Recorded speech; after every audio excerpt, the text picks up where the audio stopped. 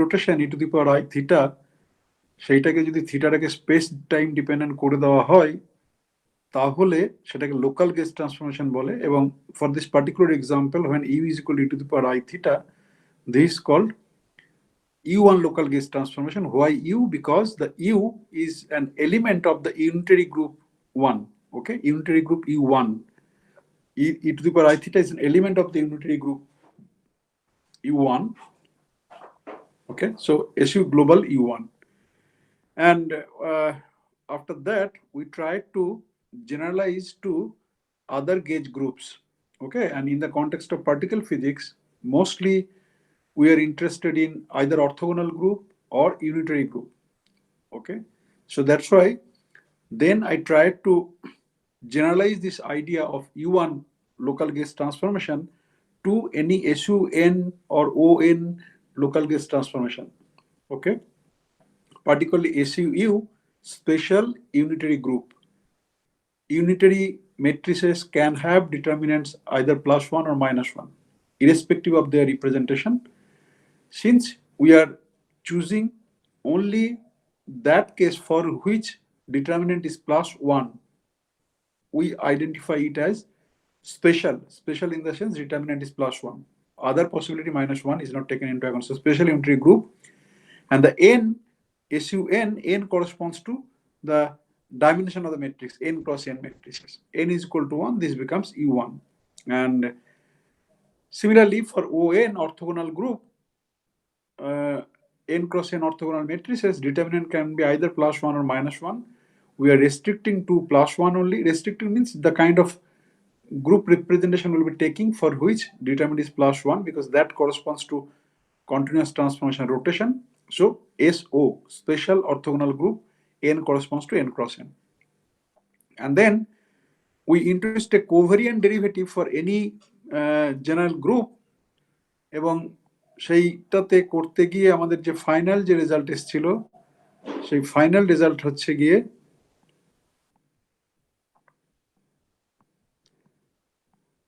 these are all abelian, these are unimodular. Yes, so this is non-abelian gauge field. Okay, and the way I have defined it, it is irrespective of whether I am taking any particular group, say SON or SUN or something else. Okay, now this is the expression for covariant derivative. I হচ্ছে n cross n matrix del mu plus ig a mu. A mu is also n cross n matrix. Say here a mu is defined as this a mu a lambda a, where lambda is the generator of the group, whatever group I take. Say if you take SU2, SU2 has 3 generators, so A will be running from 1 to 3. If you take SU3, then it has 8 generators, so A will be running from 1 by 8. Similarly, if I take O3, then it will have 3 generators, LX, LY, LZ. So A will run from 1 to 3. If I take O4 or SO4, SO4 এর কতগুলো generator আছে? SO4 এর কতগুলো generator? 15টা sir, 15টা। 15টা কেন বলছো? ওই তো sir, ওই n স্কয়ার মাইনাস 1 পর্যন্ত যাবে, তাহলে 4 স্কয়ার 16 বিয়োগ 1 SO SO ও আচ্ছা আচ্ছা, ও স্যার নয়, SUN হলে ঠিক আছে, your answer is right. SO special orthogonal group. না স্যার জানি না তাহলে। অর্থোগোনাল যতগুলো 4 ডাইমেনশনে যতগুলো ইন্ডিপেন্ডেন্ট অ্যাক্সিস থাকবে, রোটেশন থাকবে বা প্লেন, ততগুলো তুমি জেড অ্যাক্সিসের রেসপেক্টে ঘোরাচ্ছ মানে এক্স ওয়াই চেঞ্জ হচ্ছে, এক্স অ্যাক্সিসে মানে ওয়াই জেড, ওয়াই অ্যাক্সিস মানে জেড এক্স। তাহলে তারপর 3টে জেনারেটর পাচ্ছ। এবার think along this way for 4 dimension. 4 ডাইমেনশনে কতগুলো প্লেন আছে, কতগুলো এরকম ইন্ডিপেন্ডেন্ট প্লেন পাবে দুটো দুটো করে নিয়ে? হ্যাঁ, 6টা হবে। 6টা, তাই তো? এরকম ভাবে জেনারেটর গুলো আসবে। আচ্ছা, এবারে তোমার যেটা ঘটনাটা হলো, এবার তোমার মনে হতে পারে যে সবই বুঝলাম, যে ল্যামডা এটা কতগুলো হলো বুঝলাম। Okay, generator of the group. ওকে,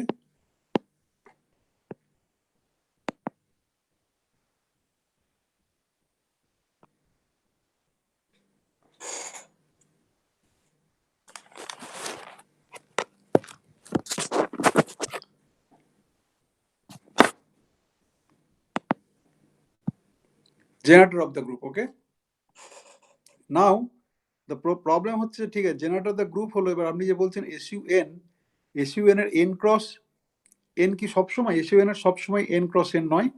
আমি জানি না তোমরা কতটা গ্রুপ থিওরি পড়েছো। গ্রুপের বিভিন্ন রিপ্রেজেন্টেশন থাকে, ফান্ডামেন্টাল রিপ্রেজেন্টেশন, অ্যাডজয়েন্ট রিপ্রেজেন্টেশন, হ্যাঁ, higher dimension representation, irreducible representation, reducible representation, এই সমস্ত জিনিস পড়েছো না পড়োনি? না স্যার, পড়া হয়নি ওই। বেশ, পড়া হয়নি, ঠিক আছে। ইনফরমেশন লেভেলে আমি বলে দিই, ইনফরমেশন লেভেলে হচ্ছে যে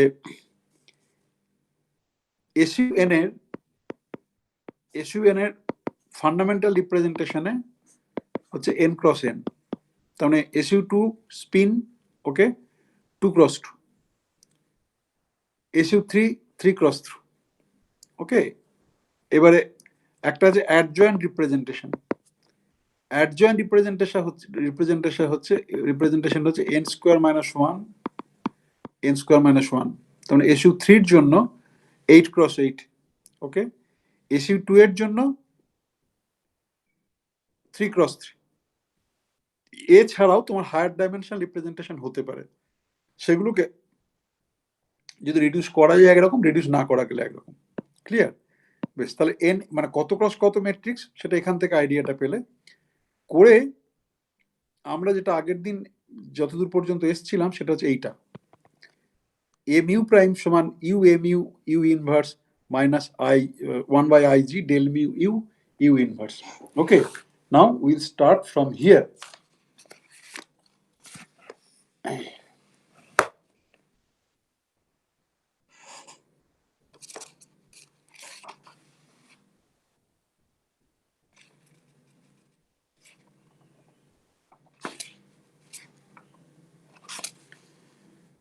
বেশ, এই তলাতে যে কালো দিয়ে রয়েছে ওগুলো আবার পরে ডিসকাশন করব, ওটা কালকে তুমি আগের দিন ট্রেলার হিসেবে ব্যবহার করেছিলাম, তো এটা এখন আপাতত মুছি, আবার এই একই জিনিস আমরা ফিরে আসবো, আজকে পড়াবো, ডিটেলে পড়াবো।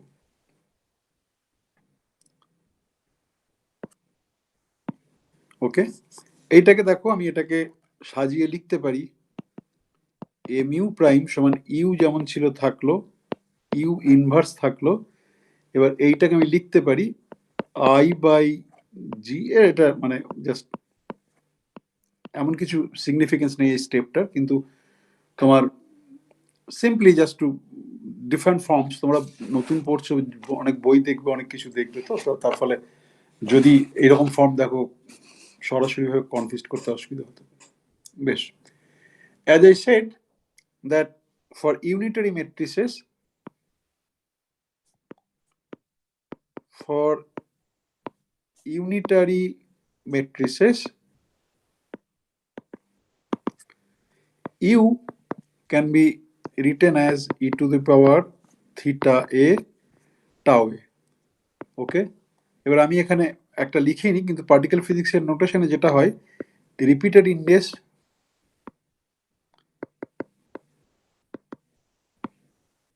আর সামড ওভার,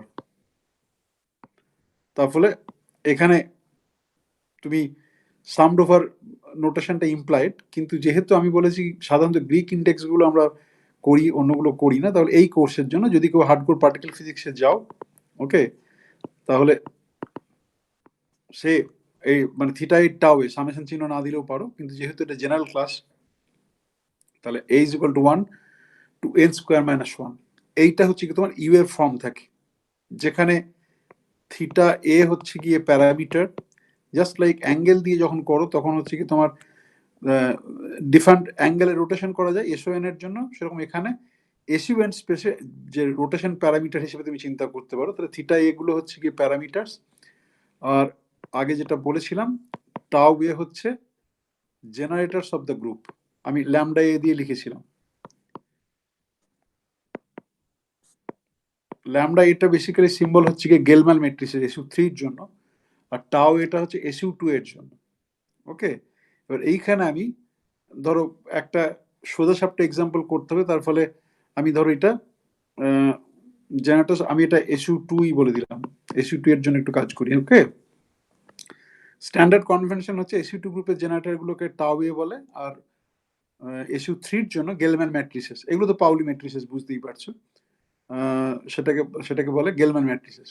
বেশ, এবার আমি দেখি এই যে আমি যে এত কিছু করেছি সেই জিনিসগুলো কতটা সত্যি মিথ্যা সেটা দেখি। আমার এই এক্সপ্রেশনে কি আছে? ডেল মিউ ইউ আছে। তাহলে ডেল মিউ ইউ সমান কত? Del mu U, del mu U সমান কত কেউ বলতে পারবে?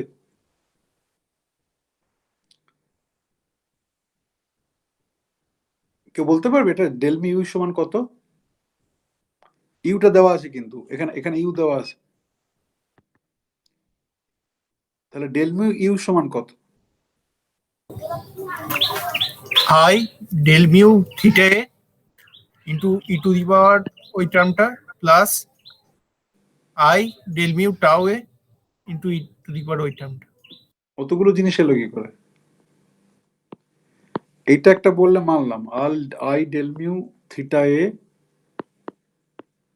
টাউ এ, এটা মানলাম। এবং যেহেতু আমি সামেশনটা ইমপ্লাইড ধরছি না, তার ফলে এখানে একটা সামেশন আছে, বাইরে একটা আই আছে। এবার অতগুলো টার্ম কোত্থেকে এলো? এইটা হলো আর এইটা পড়ে থাকলো। তুমি তো অনেকগুলো টার্ম বলে, এটা ঠিক আছে?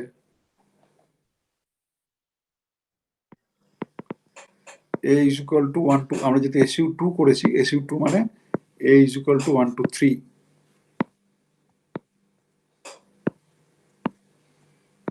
a is equal to 1 to 3, ওকে।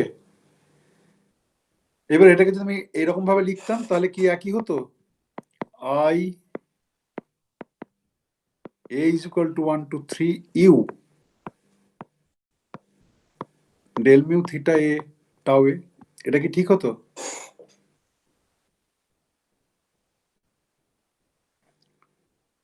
নাকি ভুল হতো?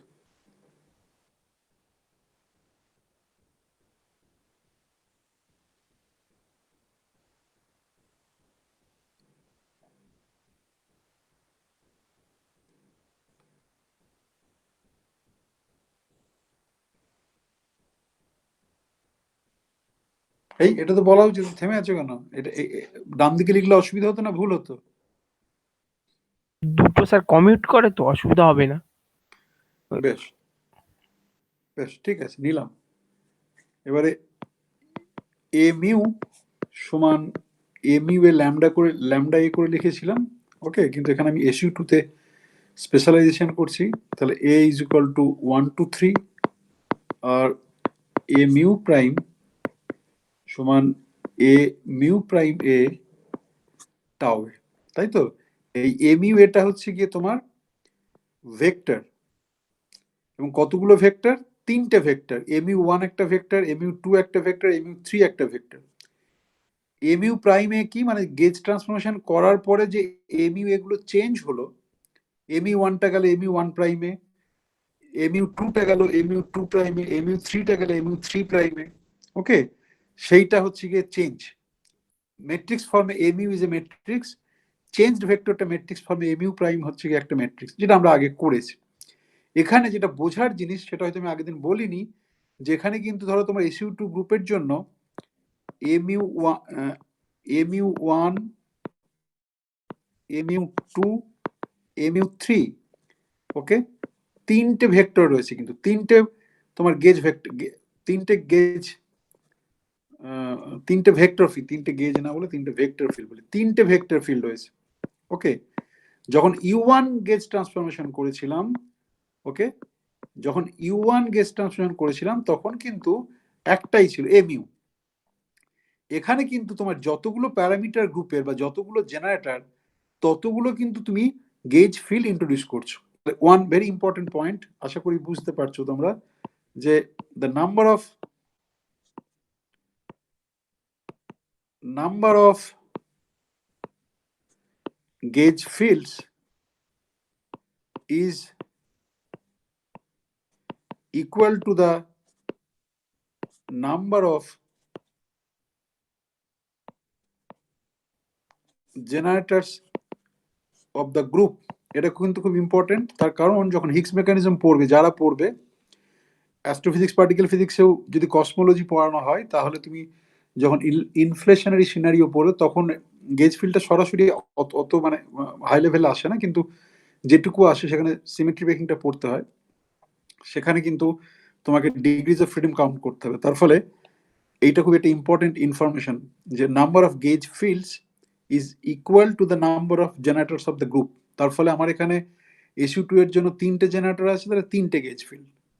এসইউ এন এর জন্য এন স্কোয়ার মাইনাস 1 জেনারেটরস আছে, তাহলে N square minus 1 independent gauge field পাবো। ওকে, এবং প্রত্যেকটা গেজ ফিল্ডের যে spatial index, space time index, that is carried by mu.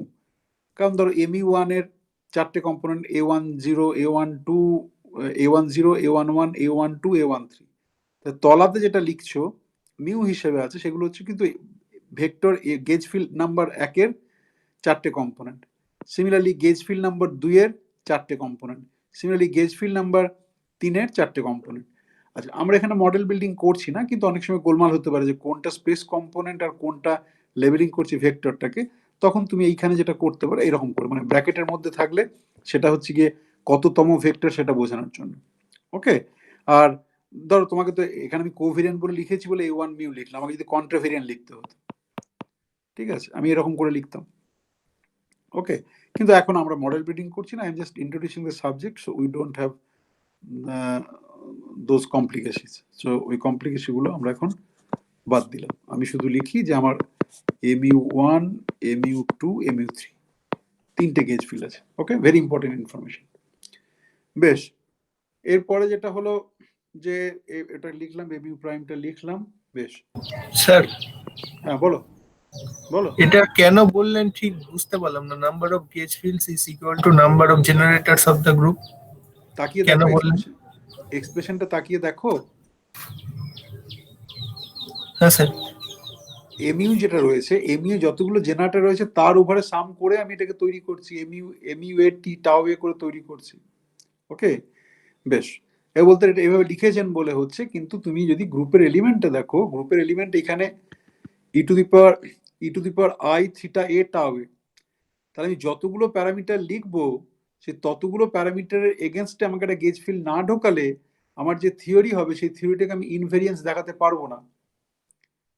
আমার তো প্রথমে এইটা হচ্ছে কি, এইটা মোর ফান্ডামেন্টাল, যে G is equal to E to the power I theta A tau A, this is the most general form of an element of SU N. তাহলে ফিল্ডগুলোকে আমি এর আন্ডারে ট্রান্সফর্ম করছি, ফিল্ডগুলোকে এর আন্ডারে আমি যখন ট্রান্সফর্ম করছি তখন আমাকে যদি ইনভেরিয়েন্ট হতে হয় তাহলে কোভেরিয়েন্ট ডেরিভেটিভ আমাকে ডিফাইন করতে হবে, কোভেরিয়েন্ট ডেরিভেটিভ মধ্যে গেজ ফিল্ড থাকে। If this is my most general form of the element of the gauge group, then this dictates যেটা আমরা আগের দিন করেছি যে এমই এর ফর্ম কি হবে, যে number of independent gauge field should be equal to the number of জেনারেটরস। আগের দিন আমরা করেছি, এখানে করেছি, এখানে আমরা করেছি।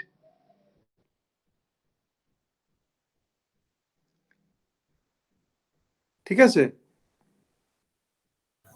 হ্যাঁ স্যার, ঠিক আছে। আচ্ছা, এরপর তাহলে আমরা যেটা করবো, আমরা একটা এক্সপ্রেসিভলি ক্যালকুলেট করবো এসইউ 2 এর জন্য।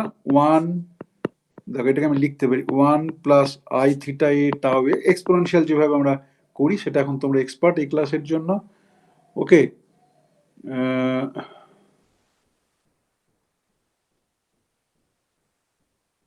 আর জি ইউ ইনভার্স কত হবে বলো? ইউ ইনভার্স হবে একইভাবে, ইউ ইনভার্সটা কত? ইউ ইনভার্স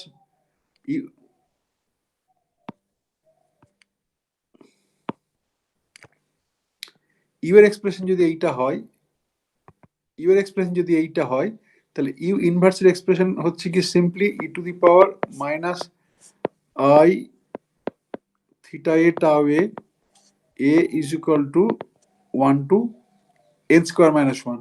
ওকে, তাহলে 1 minus I theta A tau এ, যেভাবে করেছো তোমরা এইভাবে যাবে। ওকে, বেশ গেল। তাহলে ডেল মিউ ইউ কি হচ্ছে? ডেল মিউ ইউ আমার যাচ্ছে পাওয়ার সিরিজ এক্সপানশন যদি করি 1 plus I del mu theta A tau A plus করে যাচ্ছে।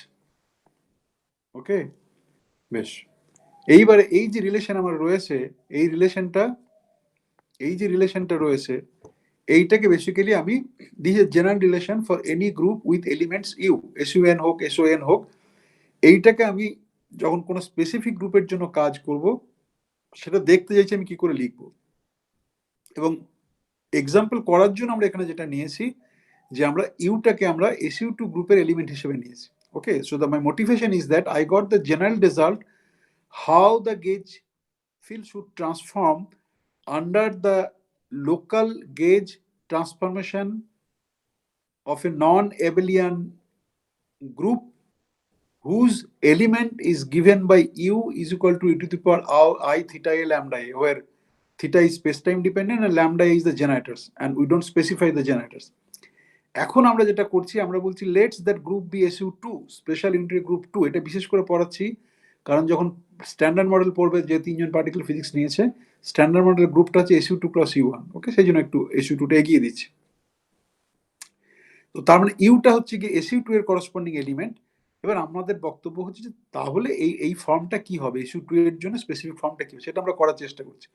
সেটা করতে গিয়ে আমরা যেটা করেছি, জাস্ট ডেল মি ইউ, দেখো এখানে ডেল মি ইউ কোথাও একটা রয়েছে, এখানে ডেল মি ইউ রয়েছে, এটা বের করেছি। ইউ ইনভার্সটা কিরকম দেখতে হয় বের করেছি। ইউ ইনভার্স বের করবো এবং অর্ডার বাই অর্ডার আমরা রিলেশন পাবো, তার দিকে আমরা এগোচ্ছি। বেশ, তাহলে এমইউ প্রাইম সমান কত? এমইউ প্রাইম সমান হচ্ছে এইটা, sorry mu prime A tau A. তাহলে আমি ওইটাকে এবার লিখি। তার মানে A mu prime A tau A সমান কত? সমান হচ্ছে কি 1 plus I theta A tau A, okay, plus tau A. Okay, আর কি থাকবে বলো? আর থাকবে এমিউ এ, তাই তো? ই টু দি পাওয়ার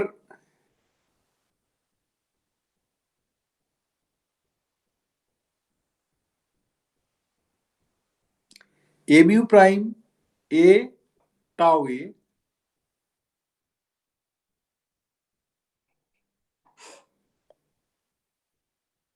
দাঁড়াও, এখানটা একটু জায়গা লাগবে, জায়গাটা আচ্ছা এটা একটা মুশকিল হচ্ছে এই ছোট।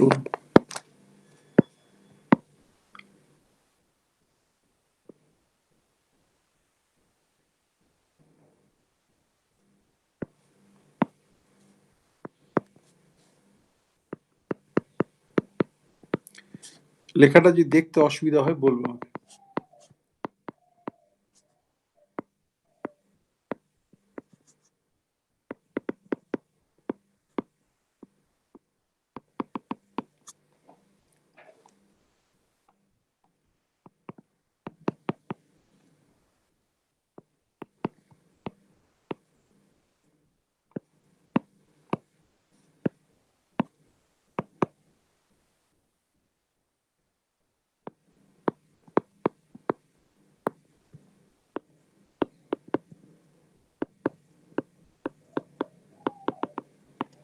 এটা আমি কি করলাম বলতো, এটা যা যে এক্সাম্পলটা এই যে বক্সের মধ্যে যেটা রয়েছে, এটাকে আমি খুলে লিখলাম ফর SU2।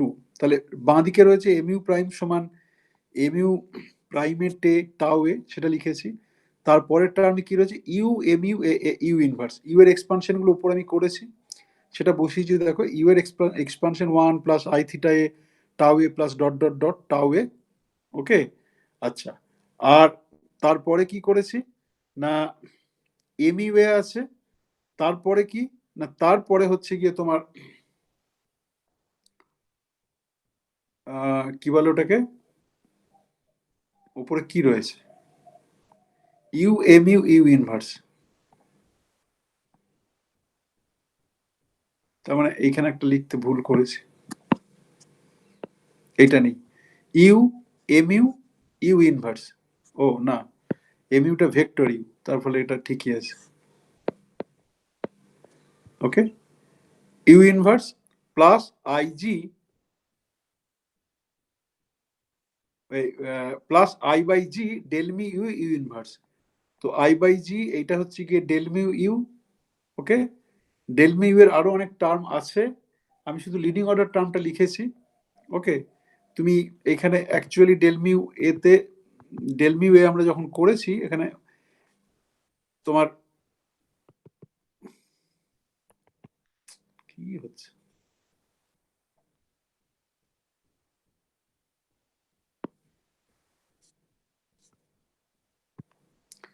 এইখানে ডেল মিউ ইউটা লিখতে আমি একটা ভুল করেছি, যে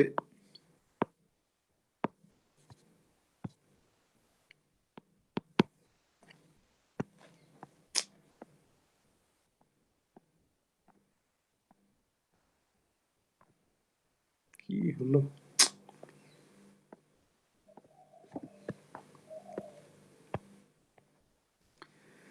দেখো এইখানে যে ডেল মিউ ইউটা লিখেছি এই একটা থাকবে না, হ্যাঁ, কারণ ইউ এ হচ্ছে 1 plus I theta A tau A, তাহলে ডেরিভেটিভ করলে এই টার্মটা মুছে যায়, লিডিং অর্ডার টার্মটা হবে I del mu A theta A tau A. তার ফলে এইখানে তোমার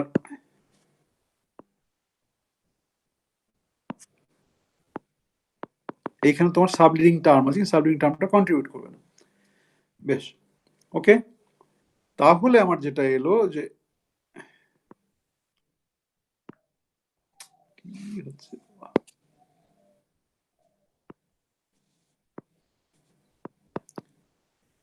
এমইউ প্রাইম ডট টাউ, ওই এইটাকে লিখলাম এমইউ প্রাইমে টাউ, এটাকে আমি লিখতে পারি প্রাইম ডট টাউ। ওকে, সমান, এরপর আমি যেটা করছি যে আমি এটাকে এটা একটা সিরিজের প্রোডাক্ট রয়েছে, সিরিজের প্রোডাক্টটাকে আমি ভাঙছি, এখানেও রয়েছে এখানেও রয়েছে, leading order in theta, leading order in থিটাতে কি টার্মগুলো রয়েছে সেইটা লিখবো, অর্ডার অফ থিটা স্কোয়ার টার্মগুলোকে আমি নেগলেক্ট করবো। ওকে, সেটা হচ্ছে আমার উদ্দেশ্য। তাহলে এইটা যেহেতু সামেশন হিসেবে রয়েছে এবং আমার কনফিডেন্স যে এর উপর সামেশন থাকবে, এখানেও সামেশন থাকবে, এখানেও সামেশন থাকবে, এখানেও সামেশন থাকবে, এখানে আচ্ছা সামেশনটা উড়িয়ে দিলেই ভালো হতো, সামেশন থাকবে। আচ্ছা, hence onward repeated indices summed over সেটা ধরে নিলাম, এটা লিখবো। তাহলে এইটাকে ভেক্টর নোটেশনে লিখলাম এমইউ প্রাইম ডট টাউ। ডান দিকেরটা দেখো, ডান দিকেরটা লিডিং অর্ডারে যেটা টার্মটা হবে সেটা হচ্ছে টাউ ডট এমইউ। কোনটা হবে, এইখান থেকে 1 নেব, এইখান থেকে 1 নেব, আর এই মাঝখানে যেটা পড়ে আছে সেটা টাউ ডট এমইউ। তাহলে লিডিং অর্ডার হলো tau dot mu. Sub leading অর্ডারে যেটা হবে এই 1 এর সঙ্গে তোমার এই টার্মটা গুণ হবে, আর এইটার সঙ্গে 1 কে গুণ হবে। ওকে, আর কোনো টার্ম এখান থেকে থাকবে না, তার কারণ আর যে কোনো টার্মই অর্ডার অফ থিটা স্কোয়ার হয়ে যাবে। ওকে, বেশ, তাহলে আমি ওই টার্মটাকে লিখছি I theta dot tau, theta A tau, basically theta dot tau বলতে theta A tau A tau dot mu কোত্থেকে এলো, এই যে টার্মটা আমি বললাম সেটা কি theta dot tau A. Okay, আর এখানে 1 আছে, এখানে টাউ ডট এমইউ। ওকে, ক্লিয়ার, ক্লিয়ার, হ্যাঁ কি না বলো। আচ্ছা, বেশ, আর একটা একই রকমের টার্ম আছে কিন্তু কমিউটেশন রিলেশনটা পাল্টে গেছে। আর একটা টার্ম আছে minus tau dot mu into theta dot tau. Okay, এখানে টাউ আছে, এখানে টাউ আছে, বি কেয়ারফুল, এই দুটো টার্ম কেটে দিও না। ওকে, সেই দুটো টার্ম গেল, তাহলে এখান থেকে আর কোনো লিডিং অর্ডার টার্ম নেই। এখান থেকে লিডিং অর্ডার টার্ম কি আছে না, এই যে এইটা রয়েছে প্রথম টার্মটা I by G I del mu theta tau A, এইটা 1 এর সঙ্গে গুণ হলে যেটা হবে সেইটা একটা টার্ম হবে। ওকে, আর কোনো টার্ম এখানে আসবে না। এখানে প্রথম টার্মটাতে যে ডট ডট ডট ডট দিয়েছি, এইখানটাতে যে ডট ডট ডট ডট দিয়েছি সেটা থিটা স্কোয়ারের term, order of theta square. তাহলে অর্ডার অফ থিটা স্কোয়ার একের সঙ্গে গুণ হলে order of theta square term দেয়, এইটার সঙ্গে এইটা গুণ হলে order of theta square term দেয়, তাই তো। তাহলে আমরা শুধুমাত্র অর্ডার অফ থিটা টার্মটা লিখবো বলে আমার পরে যেটা আসবে সেটা শুধু এইটাকে, এই টার্মটাকে 1 দিয়ে গুণ করব। তাই তো? তার মানে ওই টার্মটাই ফিরে আসবে। তাহলে ওই টার্মটা যদি ফিরে আসে, দুটো আই আছে, ইমাজিনারি আই আছে, একটা আই এখানে, একটা আই এখানে, তাহলে আই স্কোয়ার মাইনাস 1/g, আর ভেতরে যেটা পড়ে আছে সেটাকে ডট প্রোডাক্ট করে আমি লিখতে পারবো del mu theta dot tau plus order of theta square. I have neglected higher order term. এটা ক্লিয়ার? এটা ক্লিয়ার? হ্যাঁ হ্যাঁ স্যার। বেশ, এইটাকে দেখো এবার আমি সাজিয়ে লিখতে পারি যে A mu dot sorry A mu prime dot tau, ডটটা উঠলো না, সমান tau dot A mu minus 1/g del mu theta tau, ওই বাকি যেটা পড়ে আছে সেটাকে আমি কমিউটেটর হিসেবে লিখতে পারি tau dot theta tau dot A mu, okay, plus order of theta square. Okay, now এই যে কমিউটেটর যেটা রয়েছে সেই কমিউটেটরটাকে ফর SU2 এর যে tau is represented by Pauli matrices, okay, for SU2 tau A are Pauli matrices. এতক্ষণ পর্যন্ত যে ক্যালকুলেশনটা করেছি, এই যে কমিউটেটর রয়েছে এই কমিউটেটরটা বের করার আগে পর্যন্ত আমি যদি পাউলি ম্যাট্রিক্স বা টাউটা হচ্ছে SU2 এর নাও বলতাম, কিছু হতো না। দেখো এখনো পর্যন্ত কিন্তু আমি কোনো প্রপার্টি অফ SU2 বা SU3 এখনো পর্যন্ত কোনো ব্যবহার করিনি। SU2 এর জন্য দেখাবো বলে আমি শুধু একটা কাজ করেছি, যে এর রেঞ্জটাকে বলেছি 1 to n স্কোয়ার মাইনাস 1, ওকে, এই সরি এর রেঞ্জটা তো 1 to n স্কোয়ার মাইনাস 1 এখানে বলেছি, তো SU2 এর জন্য 1 to 3, কোথাও একটু 1 to 3 করে লিখেছিলাম, লিখেছি কি কোথাও? যদি না লিখে থাকি তাহলে সেটাও বলিনি, ওকে।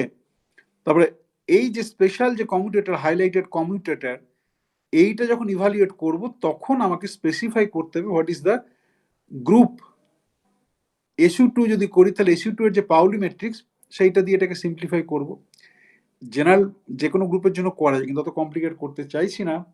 তাহলে ধরো ফর SU2 আমার tau dot theta tau dot A mu, এই যে কমিউটেটর যেটা রয়েছে এইটা বাড়িতে করে দেখবে, কারণ Pauli matrix you know how to handle, okay. এইটা করলে তুমি দেখতে পাবে এইটা আসবে 2i থিটা ক্রস, স্যার ওটা টাউ ডট থিটা তো? হ্যাঁ ডট, হ্যাঁ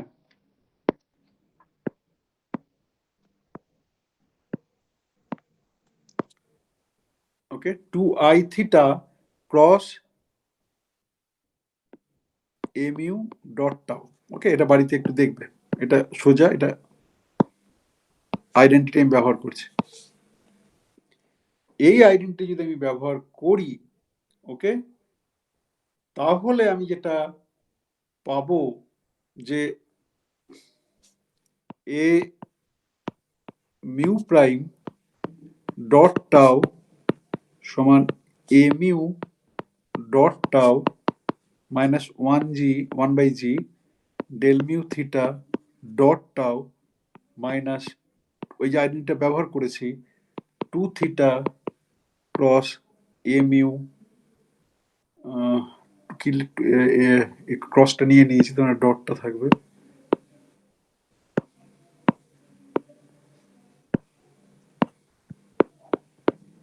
ডটটা, okay, of course plus order of theta square. কারণ এখান থেকে আমি পেলাম যে এ মিউ প্রাইম সমান A mu minus 1g del mu theta minus theta cross A mu, okay. তাহলে তোমরা যদি কম্পোনেন্ট ফর্মে পেতে চাও, যে দেখুন আমরা তিনটে, তো আমার এখানে SU2 এর জন্য তিনটে গেজ ফিল্ড আছে, mu1 mu2 mu3, তাহলে তারা কিভাবে ট্রান্সফর্ম করে যখন mu goes to mu prime, this is the result component ফর্মে, ওকে। তাহলে তুমি দেখতে পাচ্ছ যে এই যে টার্ম একটা রয়েছে এই টার্মটা কিন্তু সরি আবার নিলেই হয়ে গেল,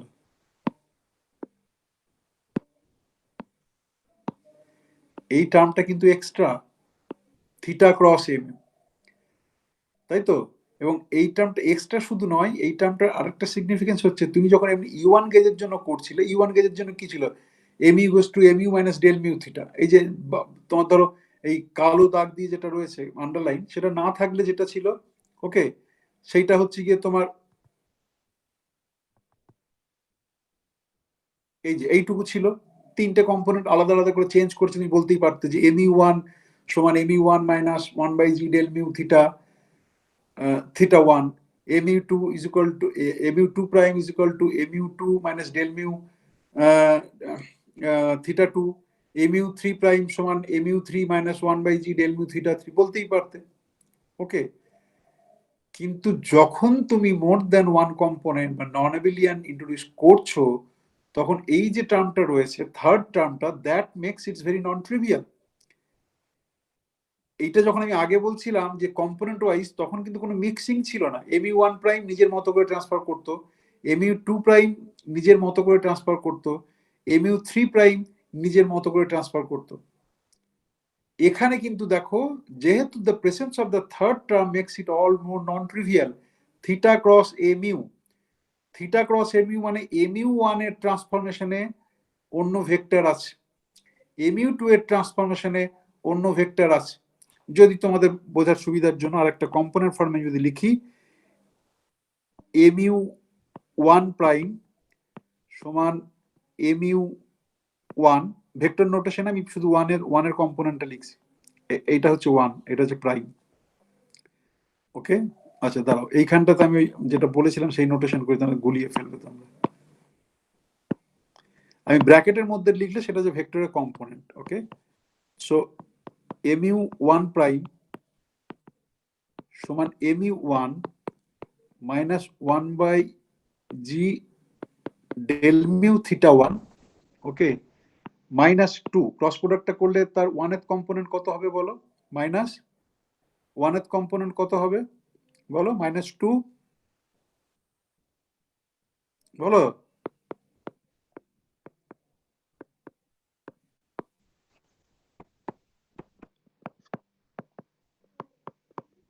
ঠিক লিখেছি? হ্যাঁ স্যার। বেশ, এবারে দেখো যে এই টার্মটা যেতে স্কোয়ার ব্র্যাকেটের মধ্যে 2 দিয়ে গুণ দিয়ে যেটা, এই টার্মটা কিন্তু যদি না থাকতো তুমি বলতেই পারতে যে এমিউ তার নিজের মতো করে চেঞ্জ করলে mu1টা। Similarly if you write down mu1, mu2 prime, mu3 prime, you can claim that. But this term দেখো mu1 এর এক্সপ্রেশনে mu3 আর mu2 এর এক্সপ্রেশন কিন্তু রয়েছে, okay. So this all this makes it non trivial, এবং এর একটা ইফেক্ট আছে, আমরা দেখছি আজকেই দেখবো, ওকে। বেশ ক্লিয়ার? এতক্ষণ পর্যন্ত যা বললাম ক্লিয়ার? হ্যাঁ স্যার, ক্লিয়ার। বেশ, এরপর আমরা যেটা করব যে আমরা যখনই non local sorry not non local মানে লোকাল ট্রান্সফরমেশন আমরা যখনই করছি গেজ ট্রান্সফরমেশন, তখন আমরা তার করসপন্ডিং ফিল্ড স্ট্রেংথ মানে এফ মিউ নিউ সেটাকে আমাকে ইন্ট্রোডিউস করতে হয়, কারণ আমাকে ডাইনামিক্সটা দিতে হবে। এফ মিউটা ডাইনামিক্স দেয়, সেটা আমরা ইউ1 এর জন্য দেখেছিলাম।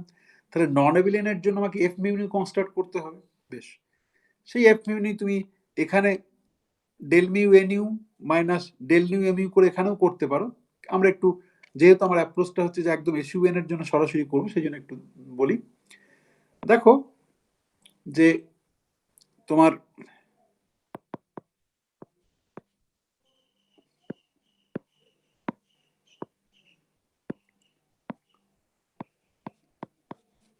অ্যাবেলিয়ান যেটা করেছিলাম, অ্যাবেলিয়ানে দেখো আইজি এফ মিউ নিউ সমান আমার ছিল IG del mu N U minus del nu M U, তাই তো? অ্যাবেলিয়ান কেসের জন্য এটা স্ট্যান্ডার্ড ম্যাক্সওয়েল ফিল্ডের জন্য। এইটা দেখো, এটা আমি লিখতে পারি ডি মিউ ডি নিউ করে লিখতে পারি। অ্যাবেলিয়ানের জন্য ডি মিউ কি ছিল, ডেল মিউ মাইনাস প্লাস যাই হোক একটা কিছু ছিল এ মিউ, তাহলে ডি মিউ ডি নিউ সমান del mu minus I A mu del nu minus I A nu. এটা দেখো, এটা ভেঙে লিখলে কি হয়? এটা ভেঙে লিখলে ওটাই হয়, ডেল মিউ, সরি,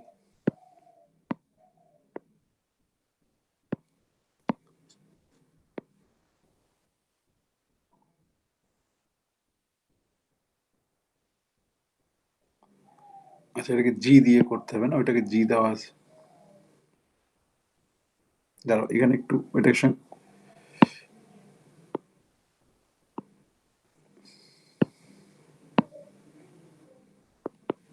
যেটা ডিফাইন করেছিলাম সেটার সঙ্গে করছি।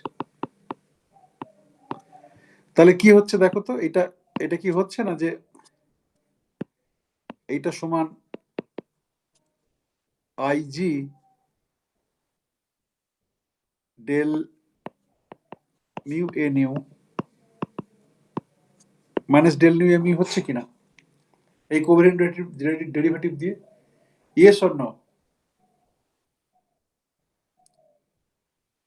হ্যাঁ কি না? হ্যাঁ স্যার। বাকিরা? বেশ, এইটা থেকে ইন্সপায়ার্ড হয়ে নন অ্যাবিলিয়ানের জন্য আমরা ডিফাইন করব যে এফ মিউ নিউ সমান 1/ig D mu D new. দেখো এখানে দেখো, এটা এফ মিউ নিউ সমান 1/ig D mu D new. তাহলে নন অ্যাবেলিয়ানের ডি মিউ ডি নিউ আমরা জানি, আমরা নন অ্যাবেলিয়ানের জন্য এইভাবে ডিফাইন করি। এখন তুমি যদি এইভাবে ডিফাইন করছেন কেন, এগুলোর মানে ডিফারেন্সিয়াল জিওমেট্রিতে ফর্ম হিসেবে ট্রিট করে, তার অরিজিন আছে। ওকে, আমি শুধু তোমাকে দেখালাম যে এফ মিউ নিউ যেটা আছে ডেল নিউ করে আমি তারই অ্যানালগাস, যেহেতু এটারও একটা কোভেরিয়েন্ট ডেরিভেটিভ আছে, সেই কোভেরিয়েন্ট ডেরিভেটিভ জেনারেলাইজ করবো। দিস মাই আর্গুমেন্ট, কিন্তু actually this are related to it's call differential geometry, একটা সাবজেক্ট আছে সেই ডিফারেন্সিয়াল জিওমেট্রিতে হাউ, ওখানে আমরা ভেক্টর টেনসর এগুলো বলি না, আমরা ফর্ম বলি, 1 ফর্ম 2 ফর্ম 3 ফর্ম, হ্যাঁ বিভিন্ন রকম নোটেশন আছে, সেই নোটেশন এগুলো দেখানো যায় যে কেন এটা এরকম হবে। ওকে, বেশ, আমি শুধু এখানে তোমাদের মোটিভেট করার চেষ্টা করলাম যে ফ্রম ম্যাক্সওয়েল ফিল্ড তোমরা জানো যে এফ মিউ নিউ সমান del mu A nu minus del nu A mu. আমরা দেখেছি যে ইউ1 লোকাল গেজ ইনভেরিয়েন্সের ক্ষেত্রে ডি মিউ এর এক্সপ্রেশন হচ্ছে del mu plus del mu plus I G A mu, এবং আমরা দেখছি যে আইজিএফ মিউ নিউ সমান ডি মিউ ডি নিউ অ্যাবিলিয়ানের ক্ষেত্রে আমরা দেখাতে পারি। তো সেই একইভাবে আমরা নন অ্যাবিলিয়ানের ক্ষেত্রে ওই একটা সূত্র ধরে জেনারেলাইজ করবো যে my covariant derivative for the non abelian case is different, so if I take the commutator of the two, আমি যেটা পাবো সেইটা হবে গিয়ে divided by 1/ig my field strength for the non abelian gauge field.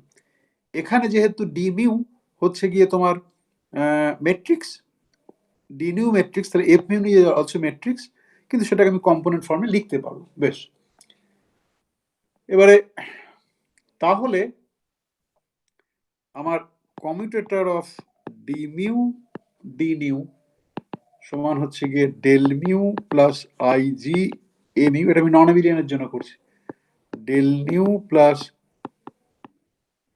IG A nu, তাহলে D mu D nu সমান, দেখো এইবারে ভেরি কেয়ারফুল, আমাকে একটু কালার করে ফিরে যায়,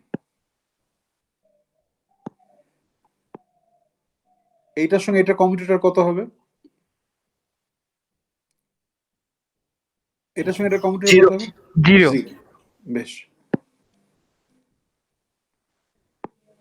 এটার সঙ্গে এইটার কমিউটেটর কত হবে?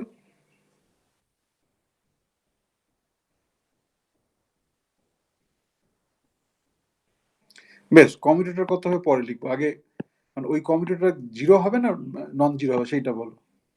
নন জিরো হবে। নন জিরো। তাহলে আমি ওটাকে লিখলাম আইজি, কমিউটেটরটা পরে ক্যালকুলেট করছি, ডেল মিউ এন ইউ। ওকে, বেশ, আর একটা কালার কোড, আর কি কালার বাকি আছে, বেশ এইখানে যাই। এইবারে বলো এইটার সঙ্গে এইটা কি হবে, জিরো হবে না নন জিরো হবে বলো, তারপরে ক্যালকুলেশন পরে করবো। আইজিএমইউ ডেল নিউ, নন জিরো। বেশ,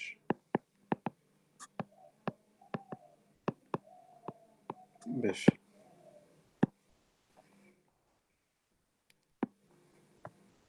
এইবারে বলো এইটার সঙ্গে এইটা, IgMu IgNu, 0.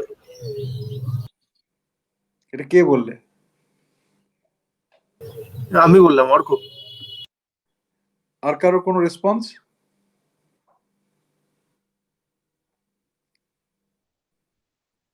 আর কারো কোনো রেসপন্স?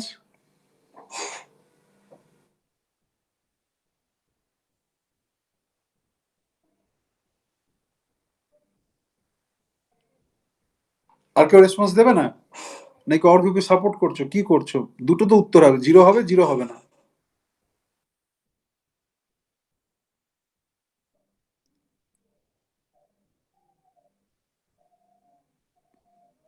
কি হলো, বলবে না?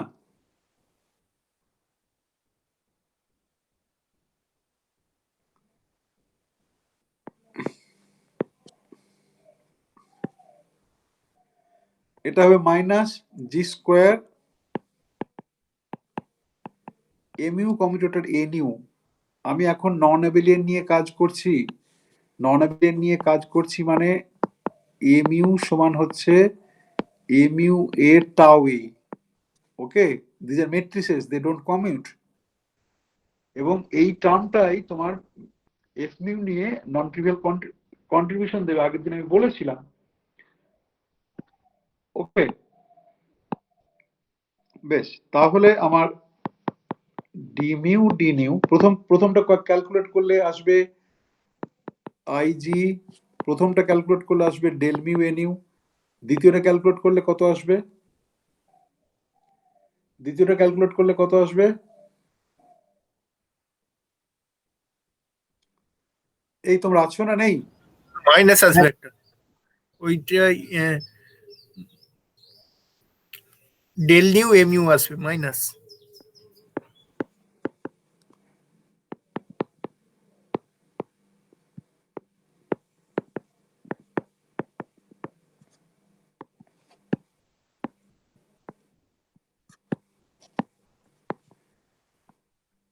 দেখো, এইটা যদি হয় আমার ডেফিনেশন অনুযায়ী তাহলে হচ্ছে এফ মিউ নিউ সমান 1/IG, আইজি দিয়ে ডি মিউ ডি নিউ কে ভাগ করব, তাহলে এটা কেটে গেল। তার মানে এফ মিউ নিউ সমান হচ্ছে del mu A nu minus del nu A mu plus IG A mu A nu. Okay, এইটা হচ্ছে গিয়ে তোমার নন অ্যাবেলিয়ান গেজ ফিল্ডের জন্য এফ মিউ নিউ। এক্সট্রা টার্মটা হচ্ছে I G M U N U. যখনই অ্যাবেলিয়ান হবে, ইউ ওয়ান গেজ ফিল্ড যখনই হবে, তখন M U N U commute করবে, ওটা থাকবে না। ওকে, তার ফলে you are getting back to your standard Maxwell theory. Clear? আচ্ছা, এইবারে যেটা সমস্যা যেটা হচ্ছে, মানে সমস্যা নয়, মানে নতুন ফিচার যেটা আসছে সেইটা বলে আমি থেমে যাবো, মানে আর নন অ্যাবেলিয়ান বিশেষ কিছু পড়বো না। বাকি তোমরা যেটা পড়বে সেটা উম, আহ, যারা পার্টিকেল ফিজিক্স পড়বে তখন পড়বে। এরপরে দেখো তাহলে আমার, এটাকে ইয়াং মিলস থিওরি বলে।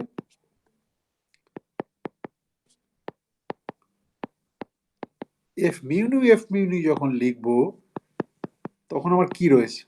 তখন আমার রয়েছে del mu A nu del nu A mu plus IG A mu. আচ্ছা, এটাকে দাঁড়াও, আগে লিখি তারপরে আমি লিখছি, তাহলে এমনিতেই লিখতে ভুল করি, আবারও ভুল করবো।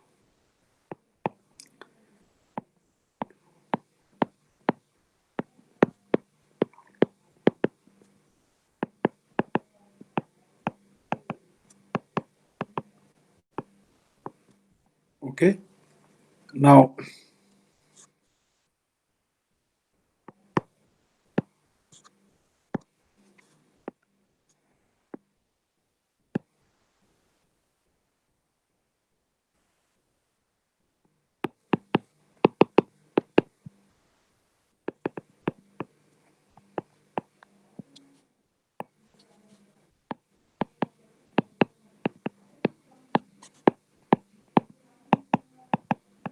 বলো বলো কি বলছো, বলো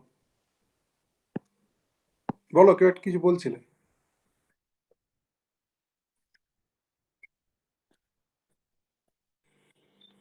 না,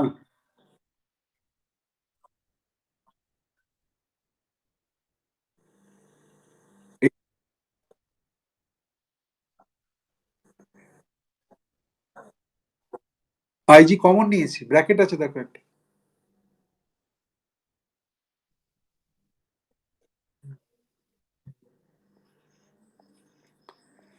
আচ্ছা, এইবারে দেখো যে নতুন ফিচার যেটা হচ্ছে, নতুন ফিচার হচ্ছে দেখো যে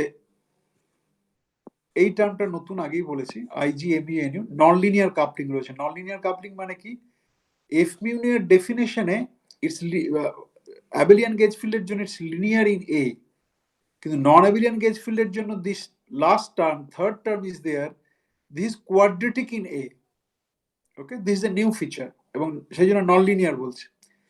তার ফলে আমি যখন -1/4 এফ মিউনি লিখবো, তখন দেখো এই যে টার্মটা রয়েছে, এই টার্মের সঙ্গে এই টার্মের গুণ যেখানে হবে, আমি বাকি টার্মগুলো লিখিনি, খুলে যদি লিখি তাহলে এই যে একটা টার্ম থাকছে, এখানে কোয়ার্টিক চতুর চারের ঘাত রয়েছে এমইউ দিয়ে, তাই তো? তার মানে free Maxwell field, non abelian, sorry, free Maxwell field is non self interacting. Free Maxwell field নিজের সঙ্গে নিজের ইন্টারাকশন করে না, তোমাকে আলাদা করে ইন্টারাকশন টার্ম ঢোকাতে হয়। নন অ্যাবেলিয়ান গেজ ফিল্ডের ক্ষেত্রে কিন্তু এমইউ এনইউ কমিউটেটর জিরো নয়, তার ফলে একটা সেলফ ইন্টারাকশন টার্ম রয়েছে। Any term beyond quadratic in A in Lagrangian is interaction term. Mass dimension থেকে তোমরা দেখেছো আগে, মাস ডাইমেনশন কাউন্টেন্ট থেকে, তাই তো? This is an interaction term. তাহলে তোমাকে আলাদা করে ইন্টারাকশন টার্ম তুমি দিতে পারো, এবং থাকবে কোয়ান্টাম ক্রোমোডাইনামিক্স যেখানে ইয়াং মিলস থিওরি লাগে। তুমি দেখতে পাচ্ছ যে এখানে তোমার নন অ্যাবেলিয়ান গেজ ফিল্ডের ক্ষেত্রে জাস্ট আমি ফ্রি নন অ্যাবেলিয়ান গেজ ফিল্ড বলছি, সেখানে কিন্তু সেলফ ইন্টারাকশন বসে আছে, এমইউএনইউ। ওকে, আমি এর পরে আর কোথাও যাব না, শুধু আমি তোমাকে একটা কথা বলি যে পৃথিবীতে অনেক ওপেন প্রবলেম থাকে, ওপেন প্রবলেমের জন্য প্রাইজ ঘোষণা করা থাকে। কোয়ান্টাম ক্রোমোডাইনামিক্স সাকসেসফুল, কিন্তু কোয়ান্টাম ক্রোমোডাইনামিক্সে কোয়ান্টাম কনফাইনমেন্ট বলে একটা প্রবলেম আছে, সেই প্রবলেমটা রিগোরাস ম্যাথামেটিক্যাল ওয়েতে এখনো কোনো ইয়ে নেই। ওকে, তার ফলে তোমরা মিলেনিয়াম প্রাইজের কথা শুনেছো, মানে কতগুলো অঙ্কের কিছু প্রবলেম আছে, সেটা সলভ করতে পারলে তোমার $1,000,000 প্রাইজ দেওয়া হবে। ওকে, ক্লে ম্যাথামেটিক্যাল ইনস্টিটিউটের প্রাইজ। তো তো অনেকগুলি প্রবলেম আছে, তার মধ্যে যেটা ইন্টারেস্টিং গল্প বলি। পেলের ম্যান বলে একজন খুব প্রমিজিং ম্যাথামেটিশিয়ান ছিল, হ্যাঁ, মানে ইন্টারন্যাশনাল ম্যাথামেটিক্স অলিম্পিয়াডে গোল্ড ফোল্ড পেয়েছে টেয়েছে, সবই হয়েছে। সে তার মধ্যে পকেয়ার কনজেকচার বলে ওই মিলেনিয়াম $1,000,000 প্রাইজ যেগুলো ছিল ক্লে ইনস্টিটিউটের, সেখানে একটা পকেয়ার কনজেকচার, অনেক দিনের পুরনো কনজেকচার ডিউ টু পকেয়ার, যেটা লোকে প্রমাণ করতে পারেনি, সেটা পেলম্যান করেছিল। ওকে, এবং সেটা 40 বছর বয়সের আগেই করেছিল, এবং তার ফলে ওকে তোমার ফিল্ড মেডেল দেওয়া, আরো যা যা প্রাইজ হয় সব দেওয়ার জন্য গেল, রিফিউজ করলো।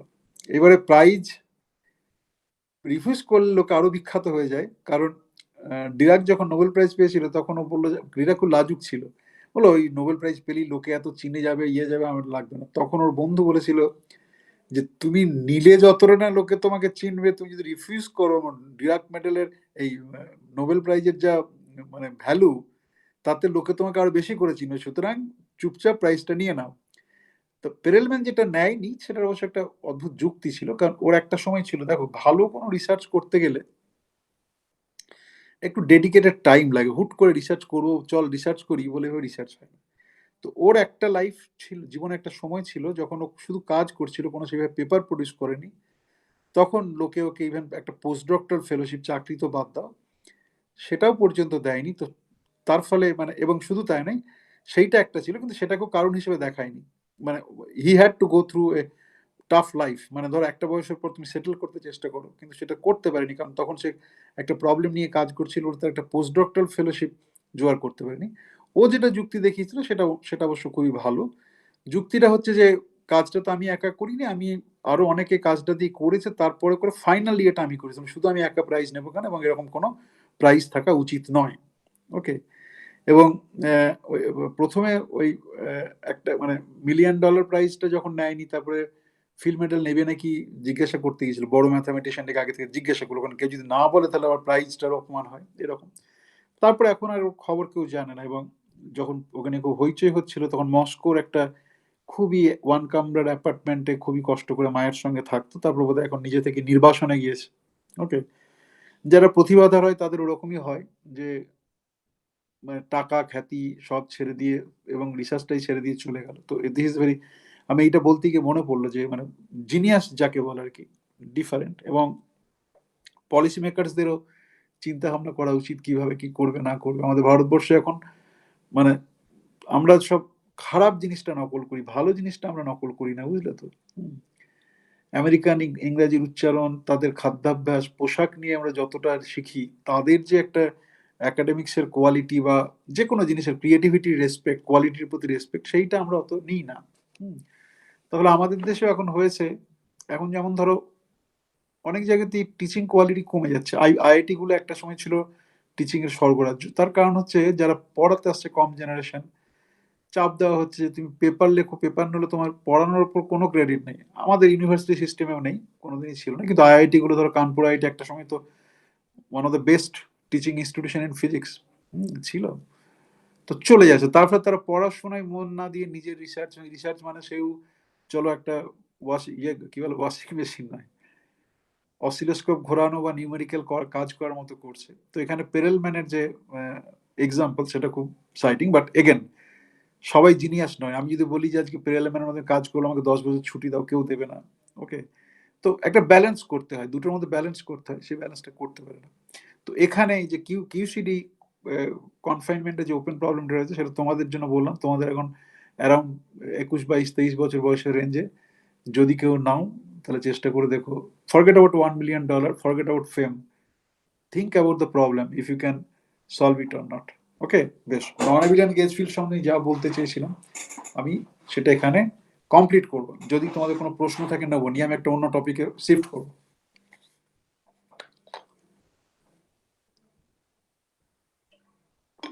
স্যার কোয়ান্টাম ক্রোমোডাইনামিক্সটা কি রকম? স্ট্রং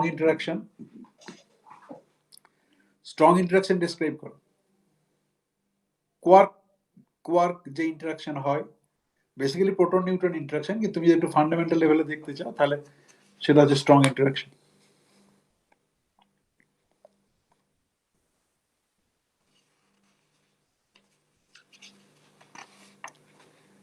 বেশ, আর কিছু? হ্যাঁ স্যার, ওই এটা যে স্যার ওই কমিউট করলো না, ওই যেহেতু আমরা ওই যে এ মিউটাকে ওই এ মিউ এ ইন্টু জেনারেটর ইন্টু হচ্ছে ল্যামডা ইজ ইকুয়াল টু লিখেছিলাম, ল্যামডা এটা তো জেনারেটর, ওটা ম্যাট্রিক্স আকারে লেখা যায়, ওই জন্যই কমিউট করলো না তো স্যার? ওই জন্যই কমিট করলো না। আচ্ছা আচ্ছা স্যার, ঠিক আছে স্যার। আর কিছু?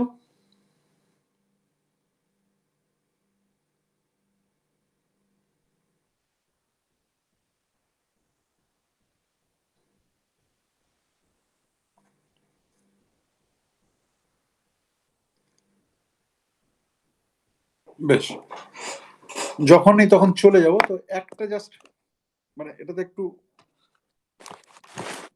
অ্যাডভান্স লেভেল হলো, বোঝানোর জন্য একটা এক্সাম্পল দিয়ে আমি তবে ছেড়ে দিচ্ছি। ধরো তোমার I psi bar gamma mu del mu psi one minus M1 psi one bar psi one I psi two bar gamma mu.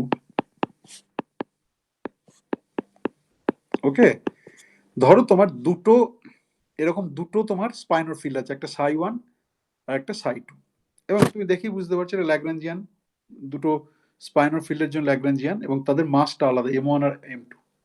ওকে, এইবারে এইখানে দেখবে তুমি এইটাকে তুমি যদি psi one goes to E to the power minus I theta one psi one, psi two goes to E to the power minus I theta two psi two, এই মানে সাই ওয়ানের জন্য একটা ইন্ডিপেন্ডেন্ট ট্রান্সফরমেশন নাও, সাই টুর জন্য একটা ইন্ডিপেন্ডেন্ট ট্রান্সফরমেশন নাও, দেখবে এটা invariant. তোমরা যা মানে এটা ধরো থিটা ওয়ানটা কনস্ট্যান্ট, ওকে। একইভাবে তুমি যদি কনস্ট্যান্ট না করে তুমি এটাকে লোকালও করতে পারো, কোনো অসুবিধা নেই। বেশ, এটা ইনভেরিয়েন্ট। তার মানে এক্ষেত্রে ইনভেরিয়েন্সটা হলো global global E1 cross E1, দুটো ইন্ডিপেন্ডেন্ট E1 ট্রান্সফর্ম, একটা সাই ওয়ানের জন্য একটা সাই টু, ওকে।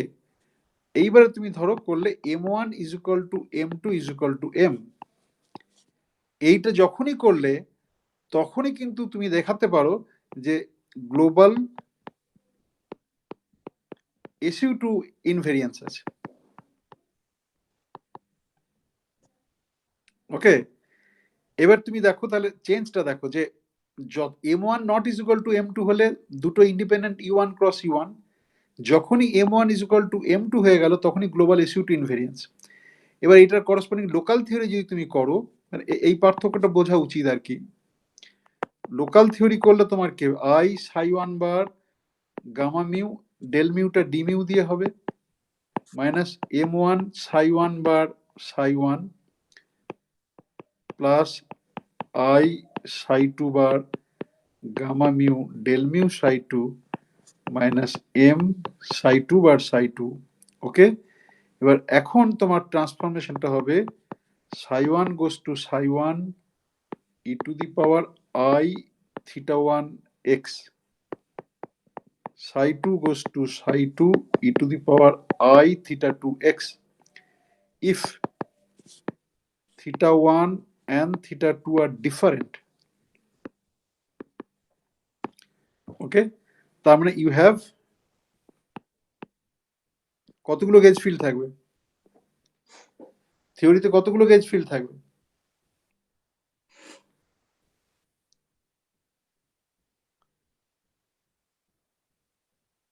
কতগুলো গেজ ফিল্ড থাকবে থিওরিতে? দুটো।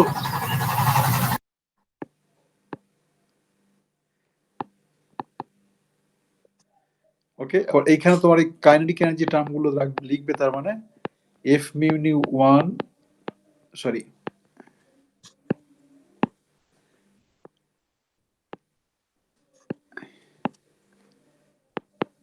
F1 mu nu minus 1/4 F mu nu 2 F2 mu nu, ঠিক আছে। কিন্তু আবার যদি M1 is equal to M2 হয় তখন কিন্তু তোমার SU2 লোকাল ইনভেরিয়েন্স,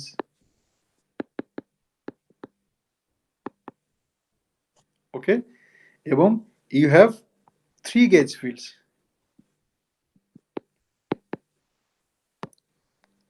ওকে। এই পার্থক্যগুলো কিন্তু বুঝতে হবে। বেশ, এইটা যেটা বললাম এখান থেকে কোনো প্রশ্ন আছে কারো? এখান থেকে কারো কোনো প্রশ্ন আছে?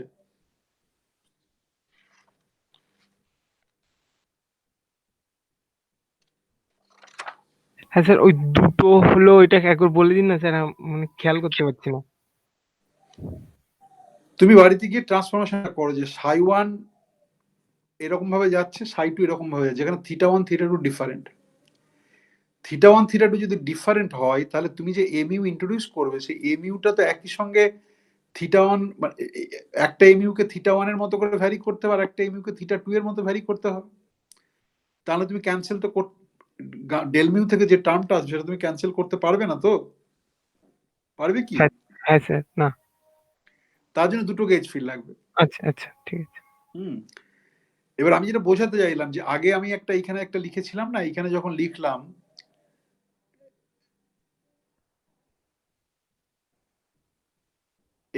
এই যে থার্ড টার্মটা কেন আসছে আমি সেটা বোঝাতে চেয়েছিলাম। তো ধরো এই যে এক্সাম্পলটা দিলাম সেই এক্সাম্পলে তোমার যদি M1 not is equal to M2 তাহলে MU1 এর জন্য এই ট্রান্সফরমেশন যেটা হাইলাইটেড নয় সেই পার্টটা ট্রান্সফরমেশন, MU2 এর জন্য ওই একই ধরনের transformation theta 1 goes to theta 2, ওকে।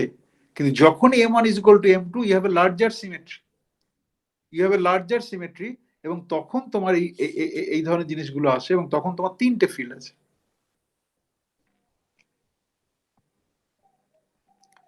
ঠিক আছে। অর্ণব? হ্যাঁ স্যার, হ্যাঁ। বেশ, এরপর আমি যেটা পড়াবো সেটা হচ্ছে বম আহরানভ ইফেক্ট। ছোট্ট করে বম আহরানভ ইফেক্টটা ছোট্ট করে পড়াবো।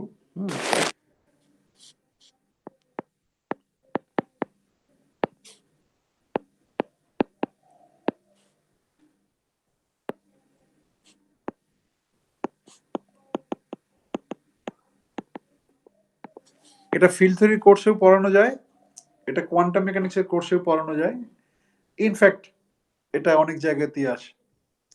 ওকে, তোমার লিউইস রাইডারের বইয়ে বম আহরানভ ইফেক্ট আছে, ফিল্ড থিওরির বইটাতে, গ্রিফিথের বইয়ে আছে। ওকে, ডেভিড টং এর একটা লেকচার নোট আমি তোমাদের বলেছি, ডেভিড টং এর আর একটা লেকচার নোট আছে কোয়ান্টাম হল ইফেক্ট, টাটা ইনস্টিটিউটের ইনফোসিস লেকচার। ওকে, তার প্রথম চ্যাপ্টারে ও কিন্তু কতগুলো জিনিস কাজে লাগবে বলে পড়িয়েছে, সেখানে দেখতে পাবে যে বম আহরানভ ইফেক্ট ওখানে ডিসকাশন করেছে, ভালোভাবে করেছে। ওকে, তো আমি যেটুকু ছোট করে বলছি তার বাইরে যদি কারোর কিছু প্রয়োজন হয় তারা এইগুলো থেকে দেখবে। ওকে, বেশ। বম আহরানভ ইফেক্ট কেন ফিল্ড থিওরিতে পড়ো, যে আমি তোমাদের লাস্ট দুটো লেকচারে including today's lecture I am talking about gauge field. Okay, gauge field was introduced initially as a mathematical artifact. ওকে, যে আমার একটা ট্রান্সফরমেশন রয়েছে, আমি যদি পুরো ফর্মুলেশনটা ইন টার্মস অফ গেজ ফিল্ডে করি তাহলে আমার অনেক কিছু ক্যালকুলেশনাল সুবিধা হয়, কনভিনিয়েন্ট হয়, কিন্তু কোনো ফিজিক্যাল এক্সিস্টেন্স সম্বন্ধে কোনো কিছু আমরা জানতে পারি না। যে যেমন ধরো magnetic field we can measure, electric field we can measure, we can see the effect of the magnetic field, we can see the effect, see means experimentally, not necessarily through naked eyes. Okay, electric field. Okay, but we describe magnetic field in terms of vector potential as a curl of A. We describe electric field in terms of scalar potential as minus grad of psi del A del T. Okay, এই A যেটা রয়েছে vector potential A বা scalar potential phi, এইটা কিন্তু ক্লাসিক্যালের কনটেক্সটে কেউ মাপামাপির কথা বা এর কোনো ইফেক্টের কথা কেউ কিন্তু বলে না, কিন্তু কোয়ান্টাম ডোমেনে কিন্তু তোমার বম আহরানভ ইফেক্ট বলে একটা ইফেক্ট প্রথমে থিওরিতে প্রেডিক্ট করা হয়েছিল, পরে এক্সপেরিমেন্টালি ভেরিফাই করা হয়েছিল। সেই এক্সপেরিমেন্টে লোকেদের অনেক প্রশ্ন ছিল, আনটিল অ্যান্ড আনলেস প্রথমে এটা প্রপোজ করা হয়েছিল 1906 দশকে কোন একটা সময়, 82-83 দিকে তোনোমুরা বলে একজন, তাদের এক্সপেরিমেন্টের পর লোকেরা এখন মোটামুটি যারা এক্সপেরিমেন্ট নিয়ে প্রশ্ন করতো তারা মোটামুটি মেনে নেয়। এবং এখন আমরা জানি যে থিওরিটিক্যাল ফিজিক্সের, সরি বারবার আমি নিজে থিওরিটিক্যাল ফিজিক্স বলে থিওরিটিক্যাল ফিজিক্স কথাটা বেরিয়ে আসে, কিন্তু সেটা উচিত নয়। মানে ফিজিক্সের তোমার সব ব্রাঞ্চেই তোমার বম আহরানভ ইফেক্টটা এখন কথাবার্তা বলে, বিশেষ করে নতুন ধরনের যে আইডিয়াগুলো মেসোস্কোপিক, ন্যানো, হ্যাঁ, স্পিনট্রনিক্স, ফিল্ড থিওরি, অপটিক্স, এগুলোতে তো আছেই যেখানে আসছে। এটা যেটা বলে যে ক্লাসিক্যালে আমাদের গেজ ফিল্ডের কোনো ভূমিকা নেই, কিন্তু কোয়ান্টাম মেকানিক্যালি তোমার কিন্তু গেজ ফিল্ড আর মানে পোটেনশিয়াল ভেক্টর ফিল্ড এ, তার কিন্তু একটা ম্যানিফেস্টেশন আছে। ওকে, এবারে সেটা কি রকম না, সেটাতে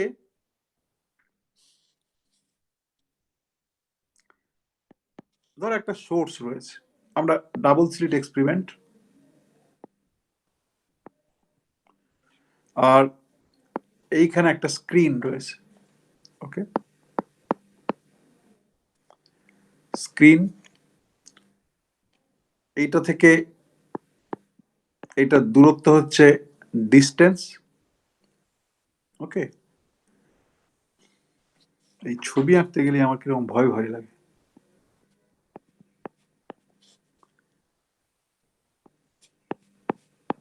এটা ডাবল স্লিট। ওকে, এইটা একটা থাকে, ধরো এখানে স্ক্রিনের ওপর গিয়ে কোথাও একটা মিট করছে। ওকে, এই যে ডিস্টেন্সটা, এটাকে আমরা বলছি এক্স। এইবারে তোমার ইন্টারফারেন্স হবে কি হবে না সেটা ডিপেন্ড করে, কি করে ডিপেন্ড করে ইন্টারফারেন্স হবে কি হবে না, পাথ ডিফারেন্স বা ফেজ ডিফারেন্স কতগুলো কন্ডিশন স্যাটিসফাই করে, এবং সেই কন্ডিশন স্যাটিসফাই করার পর তোমার আমরা দেখি যে ডিস্ট্রাকটিভ ইন্টারফারেন্স হবে না কনস্ট্রাকটিভ ইন্টারফারেন্স হবে। কনস্ট্রাকটিভ ইন্টারফারেন্স হলে ব্রাইট ফ্রিঞ্জ দেখতে পাই, ডিস্ট্রাকটিভ ইন্টারফারেন্স হলে আমরা দেখতে পাবো যে তোমার ডার্ক ফ্রিঞ্জেস রয়েছে। ওকে, প্লাস এটা তোমরা পড়েছো লাইটের ক্ষেত্রে, this is true for any waves, এবং কোয়ান্টাম ডোমেনে ম্যাটার ওয়েভস নিয়ে কথা বলতে পারি, রাইট? ডুয়াল নেচার দিয়ে, যে they behave like matter, so basically that matter wave is at work. বেশ, এরপরে তুমি দেখতে পাচ্ছ যে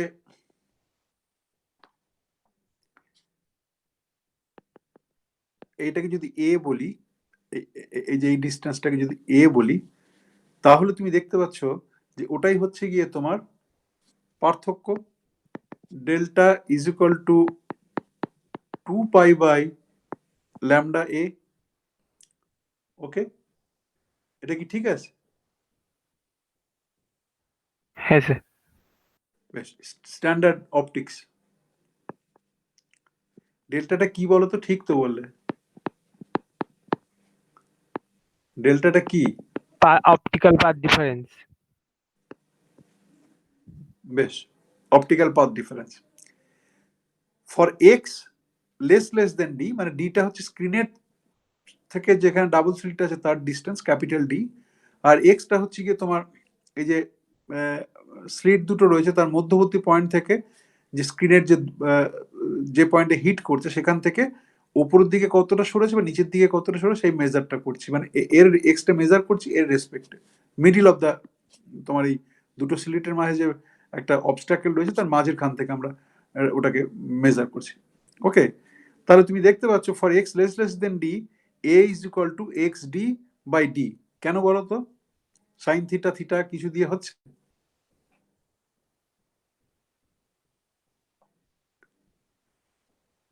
সাইন থিটা লেস দেন 1 করলে। এক্সপানশন করছি, সাইন থিটাটা এক্সপানশন করছি, তাই তো? হ্যাঁ স্যার।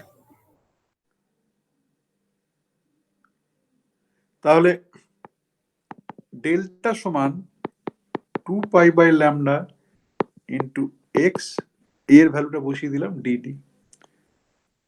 টোটাল ডেল্টা কি হবে তাহলে? টোটাল ডেল্টাটা কি হবে?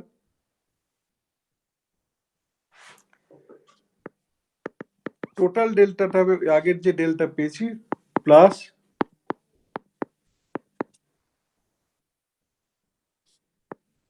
দাও, এখানে একটু কথা বলতে হবে, কথা না বললে আমি বলবো না, তোমরা নয়, আমি একটু জাস্ট এটা লিখে নিই, এখানে একটু কথা বলার আছে, সরাসরি লিখলে বোঝা মুশকিল।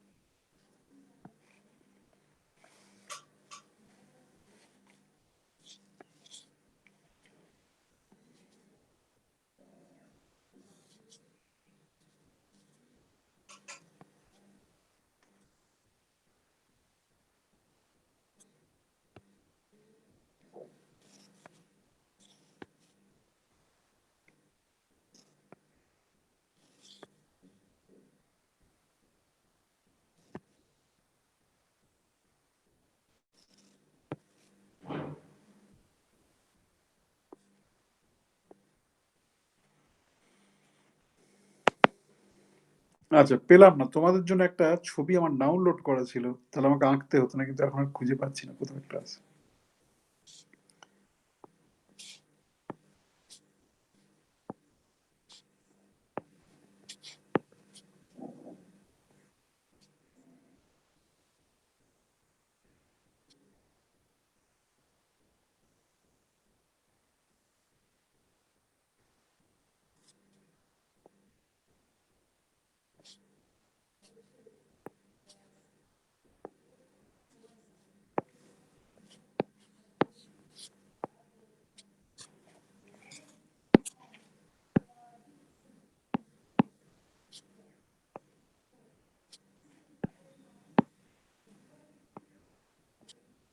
ওকে, এগুলো স্ট্রেট লাইন।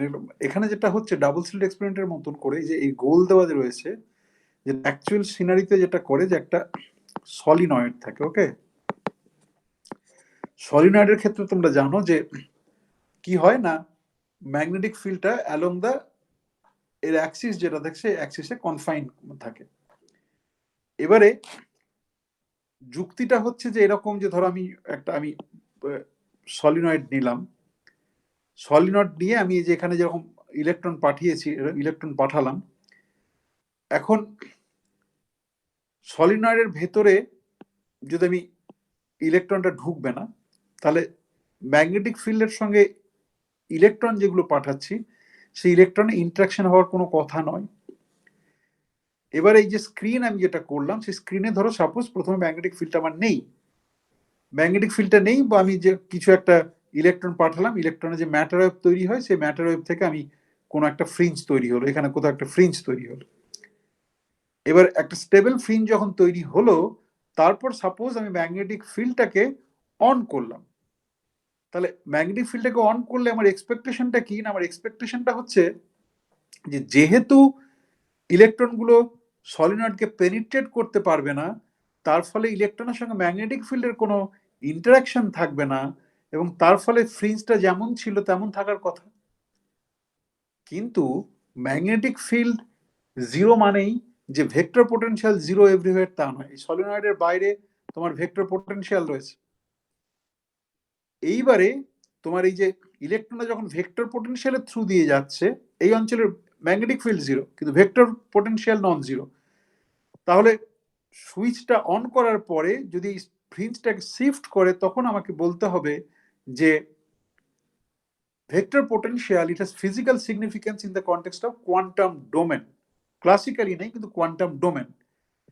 থিওরিটিক্যালি, মানে আমি যেটা তোমাদের গল্পের মতো করে বলছি, আমি তোমাকে এক্ষুনি তোমাকে দেখাবো কি করে এরকম করা যায়। Theoretically based on this construction, মানে এমন একটা ভেক্টর পোটেনশিয়াল ম্যাগনেটিক ফিল্ড তৈরি করা হয়েছিল থিওরিটিক্যালি, যেটা তোমার অ্যালং দ্য অ্যাক্সিসই তোমার থাকবে, বাইরে জিরো কিন্তু সেখানে ভেক্টর পোটেনশিয়াল জিরো নয়, এরকম একটা ভেক্টর পোটেনশিয়াল তৈরি করা যায়। এবং তৈরি করে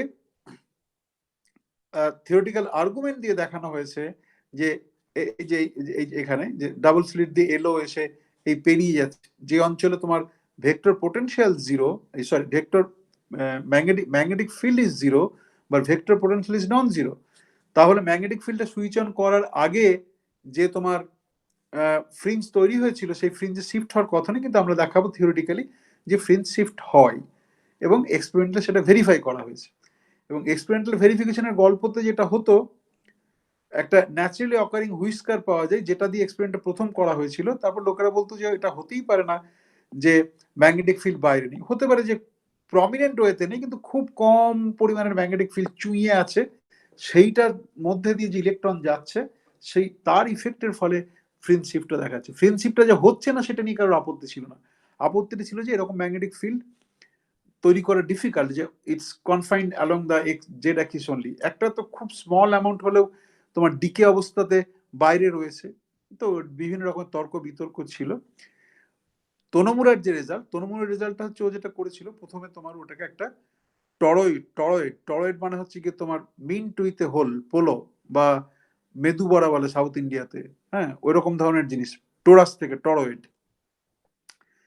সলিনয়েডটাকে ইনফাইনাইট না করে তোমার টরয়েডাল করে দিল, কারণ ইনফাইনাইট করে দিলে টেকনিক্যালি ইনফাইনাইট সলিনয়েড রিয়েলাইজ করার অসুবিধা, প্লাস তোমরা পড়েছো 11-12 যে ইনফাইনাইট সলিনয়েড না করে যদি ফাইনাইট করা হয় তাহলে কি অসুবিধা হয়, যে লাইন্স গুলো থাকে সেগুলো কোথায় অসুবিধা হয় মনে আছে?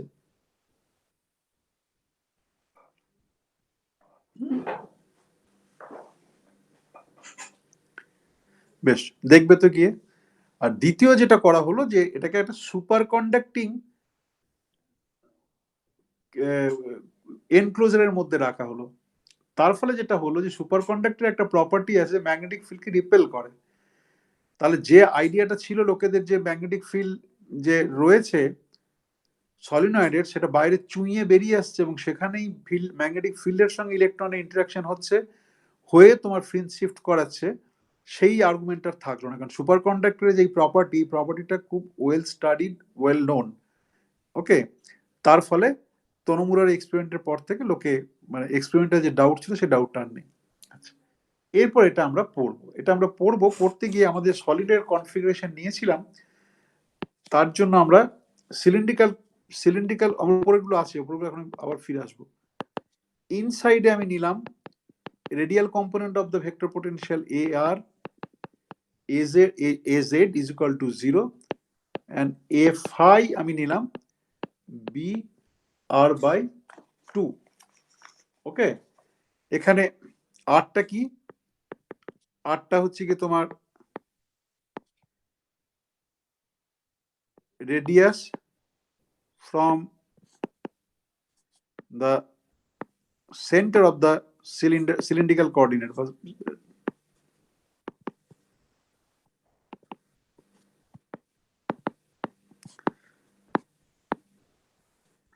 ওকে, মানে এরকম যদি তোমার থাকে, তুমি একটা সিলিন্ড্রিক্যাল অ্যাক্সিসে এটাকে কনভার্ট করছো, সে আরটা হচ্ছে কি তোমার ধরো এরকম কোন একটা জায়গায় করেছো, এইটা হচ্ছে আর।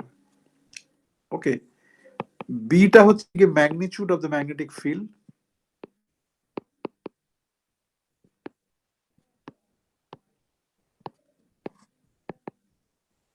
ওকে, এটা হলো ইনসাইড। আউটসাইডে কি, outside of the solenoid, outside of the সলিনয়েডে হলো গিয়ে তোমার AR AZ is equal to 0, কিন্তু A phi সমান হচ্ছে BR square by 2R। Capital R হচ্ছে রেডিয়াস অফ দ্য সলিনয়েড।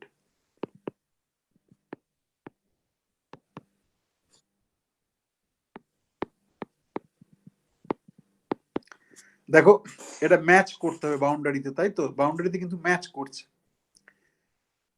বাউন্ডারিতে কি FI এট মানে এই যে এক্সপ্রেশন রয়েছে FI এট বাউন্ডারি,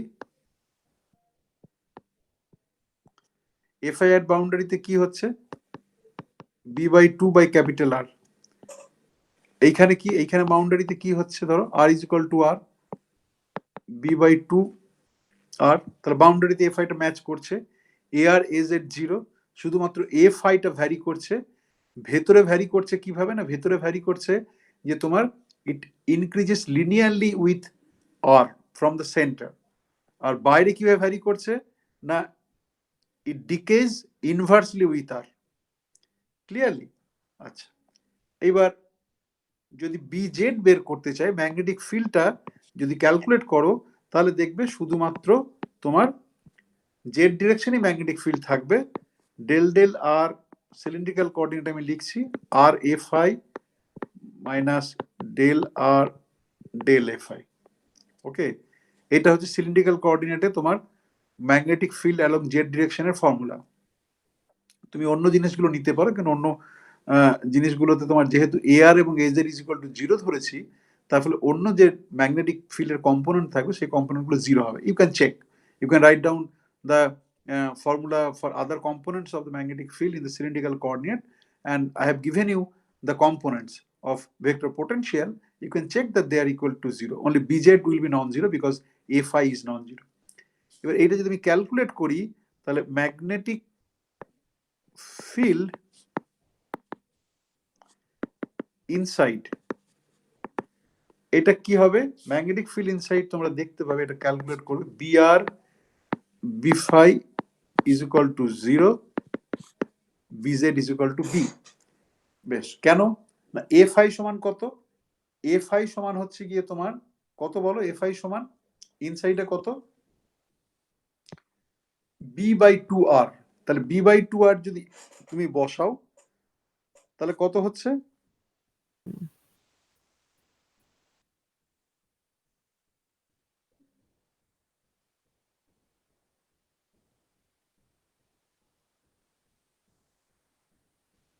কোথাও কি ভুল করলাম লিখতে?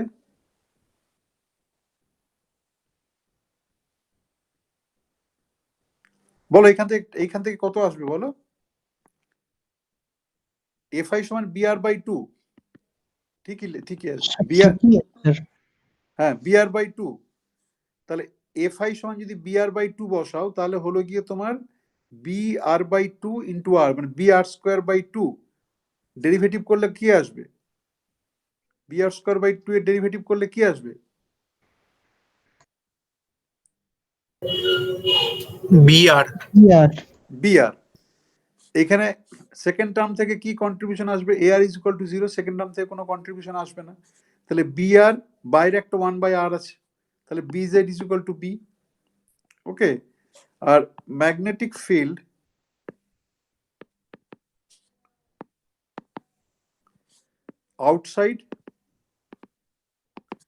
আউটসাইডে তোমার, আবার তুমি দেখো তোমার আউটসাইডে A R is equal to zero, তাহলে সেকেন্ড টার্ম থেকে কোনো কন্ট্রিবিউশন আসবে না, যা কন্ট্রিবিউশন আসে প্রথম টার্ম থেকে।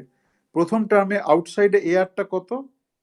এফ আইটা হচ্ছে কি B R square by two R, capital R আই যে constant, that's radius of the solenoid, তাহলে বি আর স্কোয়ার বাই টুটা কনস্ট্যান্ট, ওয়ান বাই আর আছে, তাহলে R into one by R হচ্ছে কনস্ট্যান্ট, তাহলে এই প্রথম টার্মটা থেকেও জিরো, তাহলে magnetic field outside is equal to zero. Clear? তাহলে যেটা বলতে চাইছিলাম যে এমন একটা ম্যাগনেটিক ফিল্ডের তোমার কনসিডার করা যায় যে ম্যাগনেটিক ফিল্ডটা is confined along the Z direction, আমার এই এক্সাম্পলের জন্য Z direction, but zero elsewhere. Okay, এবং তার করসপন্ডিং যে আমি vector potential in the cylindrical coordinate, সেই ফর্মটা আমি তোমাকে লিখে দিয়েছি। এবং দেখো খুব নাইসলি যে এফআই যেটা আছে, নাইসলি মানে নাইসলি বলতে স্মুথলি, মানে স্মুথ ফাংশন হিসেবে স্মুথলি এটা ভ্যারি করে। আচ্ছা, তাহলে আমার যে ফিজিক্যাল মোটিভেশন যেটা ছিল তার জন্য ম্যাথামেটিক্যাল যে কনস্ট্রাকশন সেটা আমি করে ফেলেছি। ওকে, আচ্ছা, এরপর আমার শোরিঙ্গার ইকুয়েশনের যখন গেজ ইনভেরিয়েন্স করেছিলাম তখন আমরা কি, এইটা মনে আছে তোমাদের যে এইটা হচ্ছে গিয়ে ধরো একটা ইনসিডেন্ট যে ইলেকট্রন গুলো আসবে, ওকে, সেটা হচ্ছে গিয়ে free wave, free particle E to the power I H bar P dot R. Okay, এই সাইটা সাম অ্যাম্পলিটিউডের মতো। এইবারে তোমার লোকাল গেজ ট্রান্সফরমেশন যখন পড়ছিলাম তখনও পড়লাম, বা শোরিঙ্গার ইকুয়েশনের যদি আমাকে ম্যাগনেটিক ফিল্ড দিয়ে ডিসক্রাইব করতে হয় তখন তোমরা জানো যে P goes to P minus E A, যেখানে এটা হচ্ছে গিয়ে গেজ পোটেনশিয়াল। এটা জানো তো? এটা তো করেছো, ক্লাসিক্যাল মেকানিক্সে করেছো। স্যার জানি। বেশ, তাহলে wave function is high in absence of any magnetic potential বা ভেক্টর পোটেনশিয়াল। ওকে, এইটা in presence of magnetic potential কি হবে? psi goes to, because of this relation, psi goes to mod of E psi e to the power I h bar p minus E a dot r সমান mod of psi e to the power I h bar p dot r minus I e h bar a dot r, তাই তো? তার ফলে delta delta phase, এটার জন্য আমি অপেক্ষা করছিলাম, অর্ণব বলেছিলাম তখন কিছু বলিনি।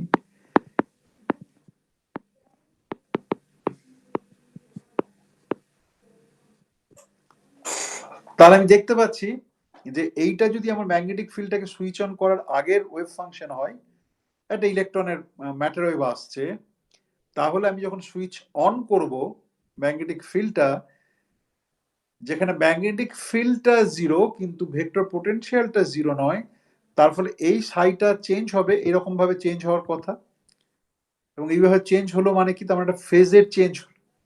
সেই ফেজ চেঞ্জটা হচ্ছে গিয়ে change in phase delta, delta মানে capital delta small delta, change বোঝাতে ক্যাপিটাল ডেল্টা, ফেজ বোঝাতে small delta, minus E H bar A dot R, that is evaluated along the path, যে পাথের উপর দিয়ে ইলেকট্রনটা যাচ্ছে।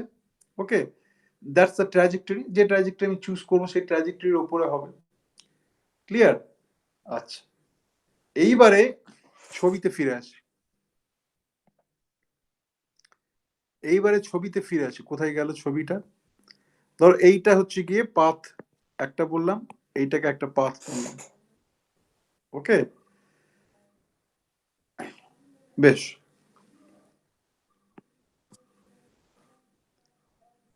এইবারে আমি যদি ইন্টিগ্রেশনটা এরকম, তাহলে একটাকে পাথ বললাম C1, একটাকে C2 বললাম। দেখো এখানে যে আমি যদি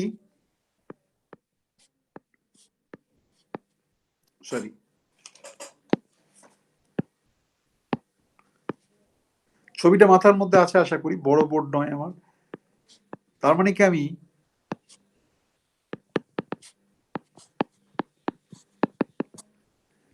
আছে, ওকে। ধরো এখানে যেটা আছে সেটা একই কোয়ান্টিটি আছে, এখানেও একই কোয়ান্টিটি আছে। ওকে, পাথ দুটো আমি দেখিয়েছি। তাহলে এইটা সমানকে আমি লিখতে পারি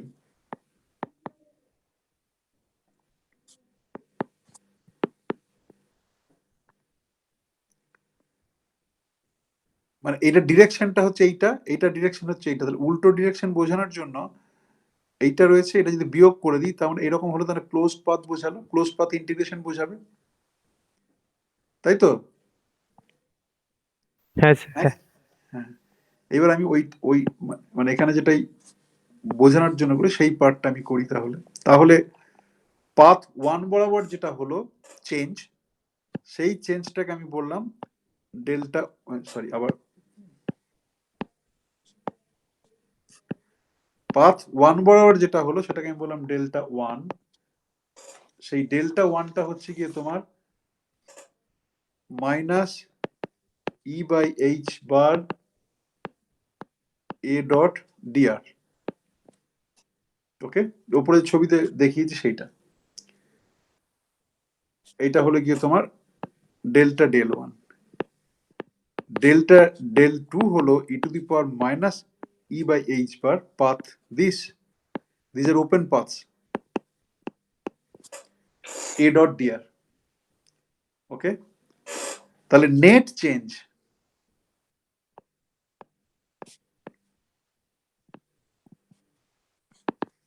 চেঞ্জ থেকে যদি আমি ডেল্টা বলি, ডেল্টা সমান ডেল্টা 1 মাইনাস ডেল্টা 2। ক্লিয়ার তো? তার মানে আমি যেটা তোমাকে আগে যে আর্গুমেন্টটা দিচ্ছিলাম সেইটাকে আমি ব্যবহার করতে পারি। সেটাকে ব্যবহার করে আমি কি লিখবো বলো?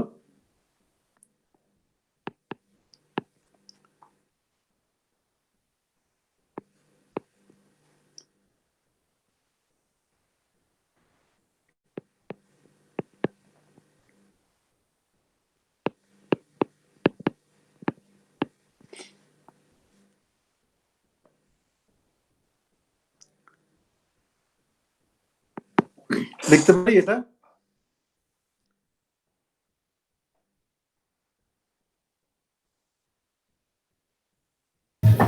হ্যাঁ স্যার।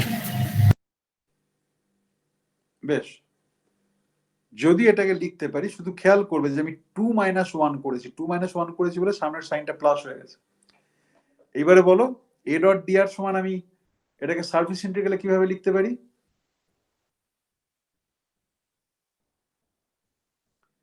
A ডট dr কে আমি সারফেস ইন্টিগ্রাল হিসেবে কিভাবে লিখতে পারি? Curl of A dot DR.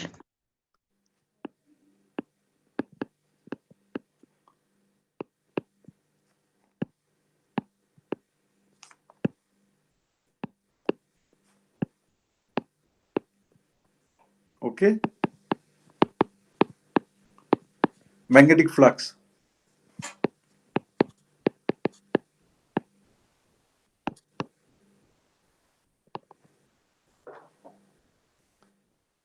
তার মানে তুমি দেখতে পাচ্ছ যে ম্যাগনেটিক, যে অঞ্চলে ইলেকট্রন যাচ্ছে সেই অঞ্চলে ম্যাগনেটিক ফিল্ড না থাকলেও এর ফেজ ডিফারেন্স একটা রয়েছে।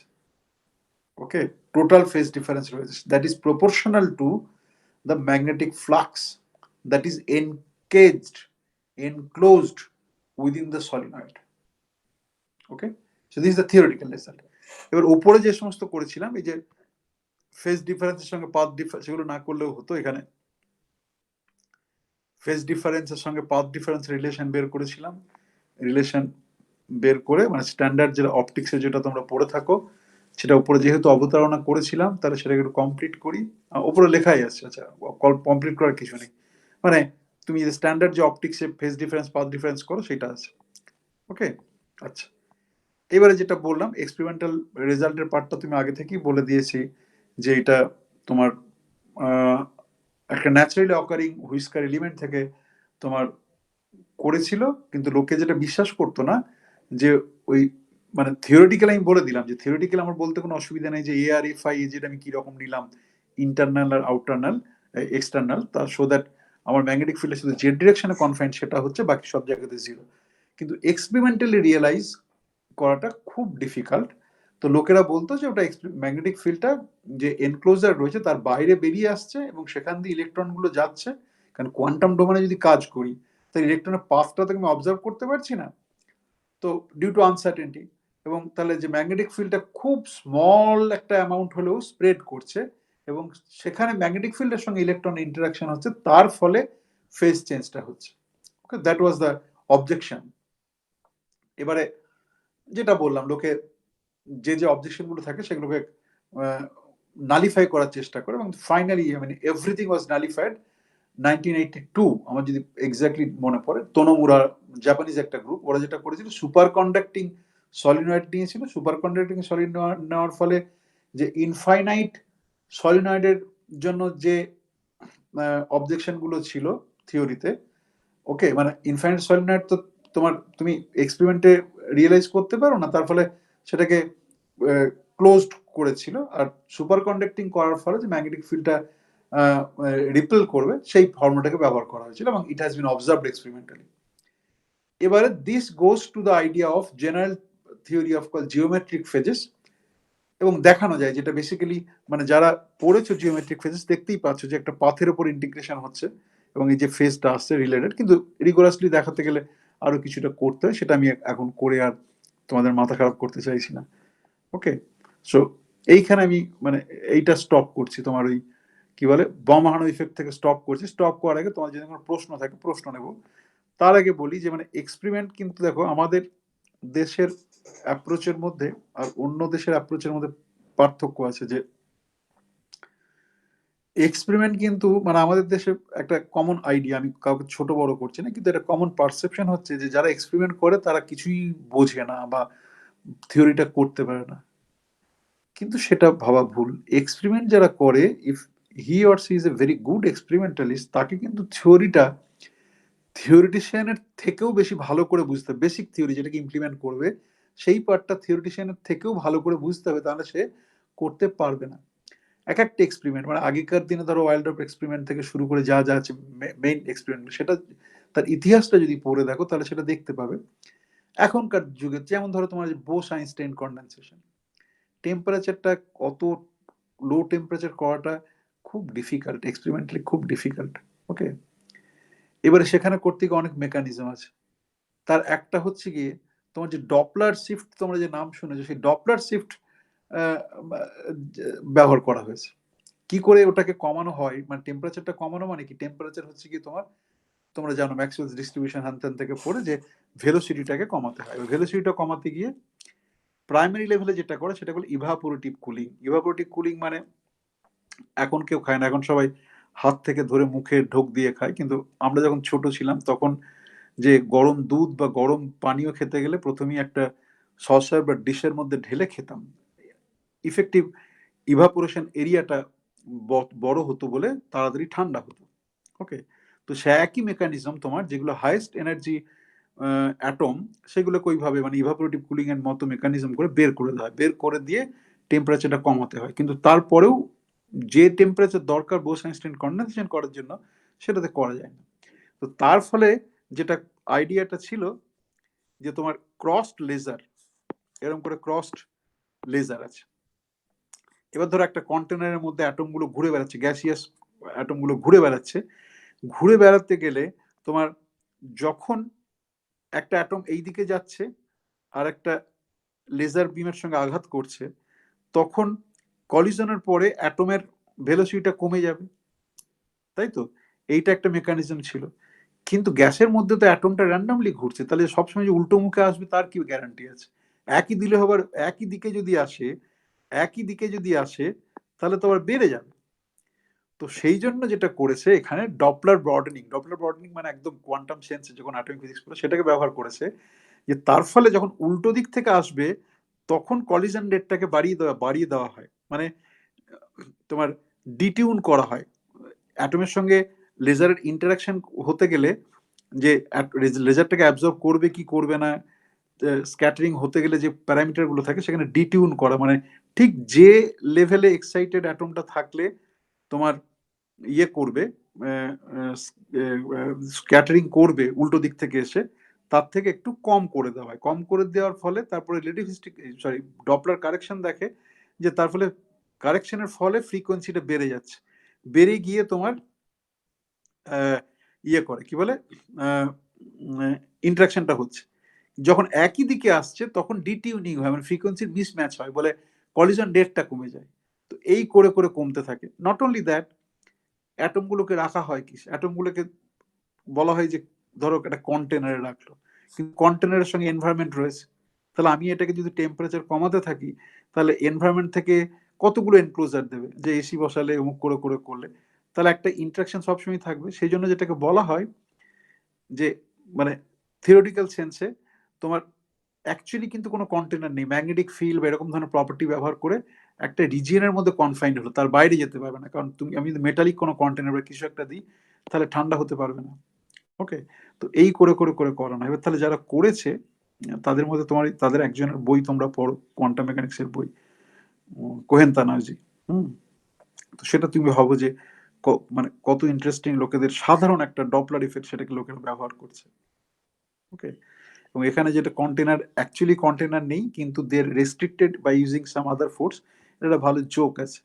জোকটা হচ্ছে যে how do you cage a lion in Sahara desert. Sahara ডেজার্টে একটা লায়নকে তোমরা খাঁচাবন্দি করবে কি করে? এটা হচ্ছে ম্যাথামেটিক্যাল জোক। উত্তরটা হচ্ছে যে let the desert we call set S, let the cage be called S prime.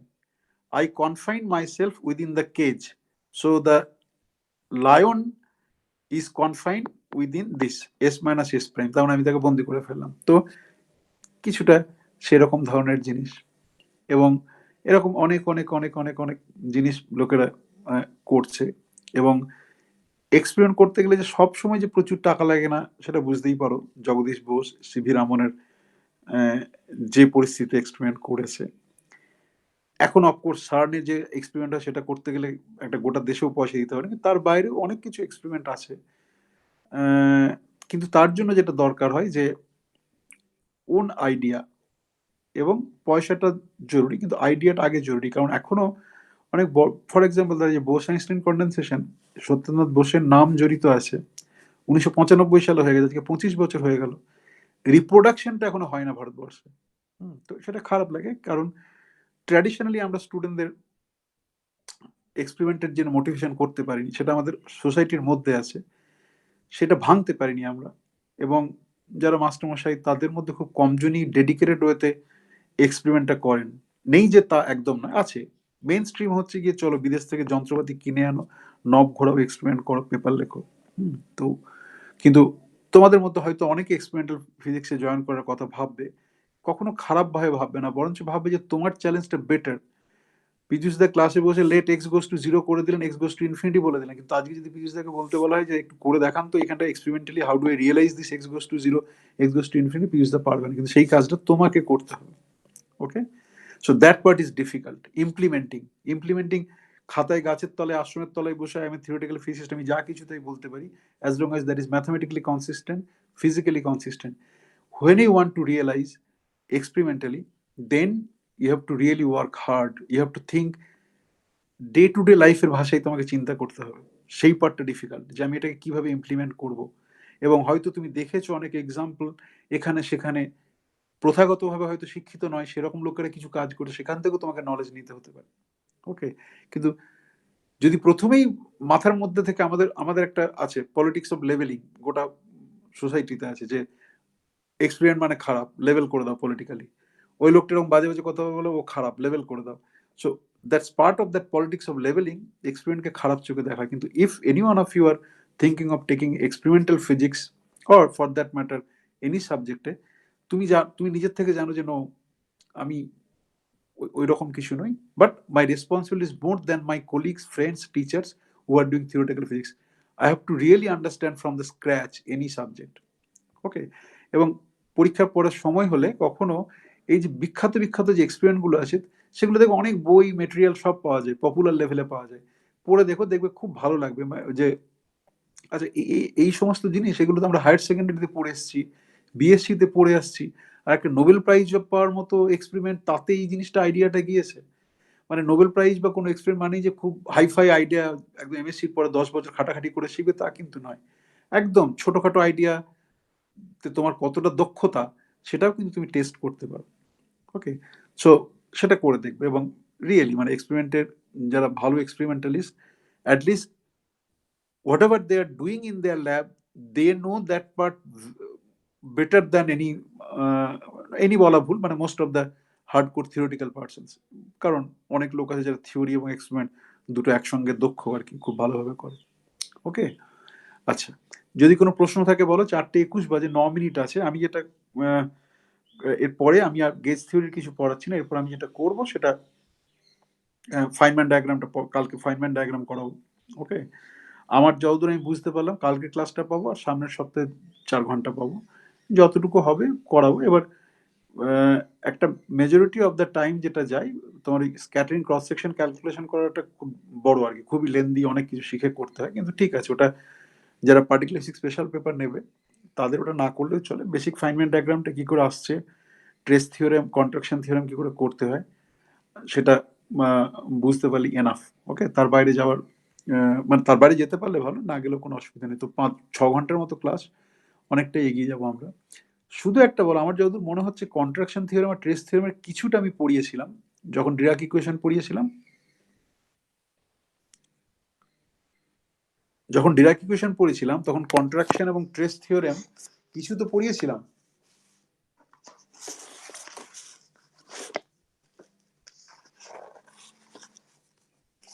হ্যাঁ কি না বলো?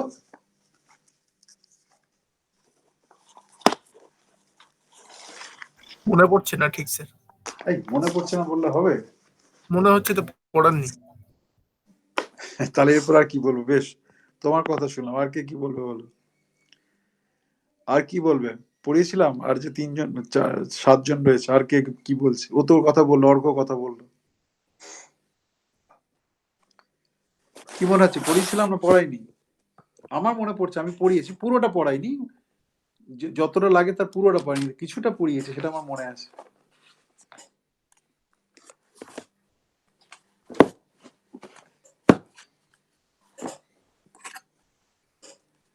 কেউ কোনো কথাই বলবে না? অনুব্রত নাকি? হ্যাঁ, দেবাশিস? না স্যার, দেখতে হবে, দেখছি দেখুন। দেখতে হবে। সুমন?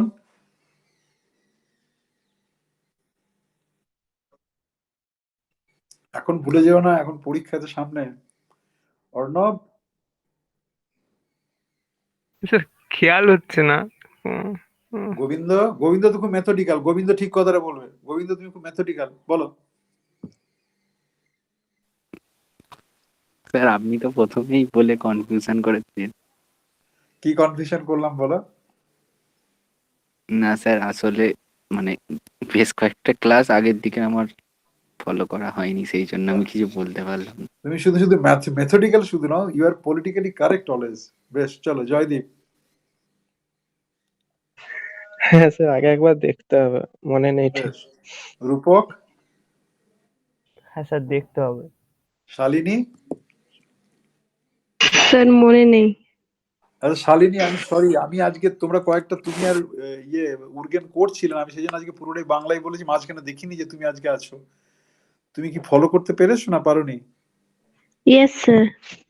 ওকে, আমি যখন when I checked, I found that neither you nor Urgen is present, so I spoke in Bengali. I'm sorry for that. Okay, so if you understood, fine. Otherwise, if you have any problem or question, then I can take that. Besh, do you have any question, Shalini? No, sir.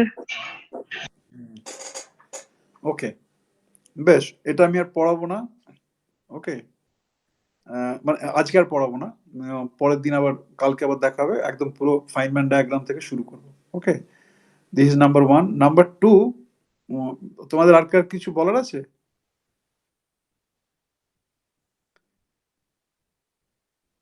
Sir ছবিটা দেখতে পেলে এটা মানে clear হতো আরেকটু। কোন ছবিটা? এই যেটা বললেন এখনই, ওই যে ছবিটা খুঁজে পাচ্ছি। আমি তো শালিনীর সঙ্গে কথা বললাম, ছবি কি পাবে? ও কোন ছবিটার কথা বলছেন? না স্যার, ওই যে এক্সপেরিমেন্টটা পড়াচ্ছিলেন এখনই। না না, আমি যেটা এঁকেছি সেটাই, ওটা একটা 3D পিকচার ছিল, ওটা কোথায় আছে দেখতে পেলাম, এখন দেখতে গেলে তো আমি আর ইমেজ ফোল্ডারটা খুললাম না, ইমেজ ফোল্ডারে হয়তো পার্সোনাল ছবি আছে, স্টুডেন্টদের পার্সোনাল ছবি দেখিয়ে কি লাভ, হয়তো ইমেজ ফোল্ডারে স্টোর হয়ে আছে। তুমি জাস্ট ইন্টারনেটে একটা সার্চ দাও না যে বমাহানব এক্সপেরিমেন্ট, যে কোনো লেকচার নোট পাবে, ছবিটা আঁকা থাকবে। বা তোমাকে আমি বলে দিয়েছি, ওই কি বলে, ডেভিড টঙের যে কোয়ান্টাম হল ইফেক্টের লেকচার নোট বা রাইটার, তুমি ওখানে পাবে ছবিটা। ছবিটা হয়তো আছে, আমি ডাউনলোড করেছিলাম, কিন্তু যেগুলো টিচিং ফোল্ডার সেখানে নেই, অন্য কোথাও হয়তো ডাউনলোড হয়েছে, খেয়াল করিনি। বেশ, আর কোনো প্রশ্ন আছে?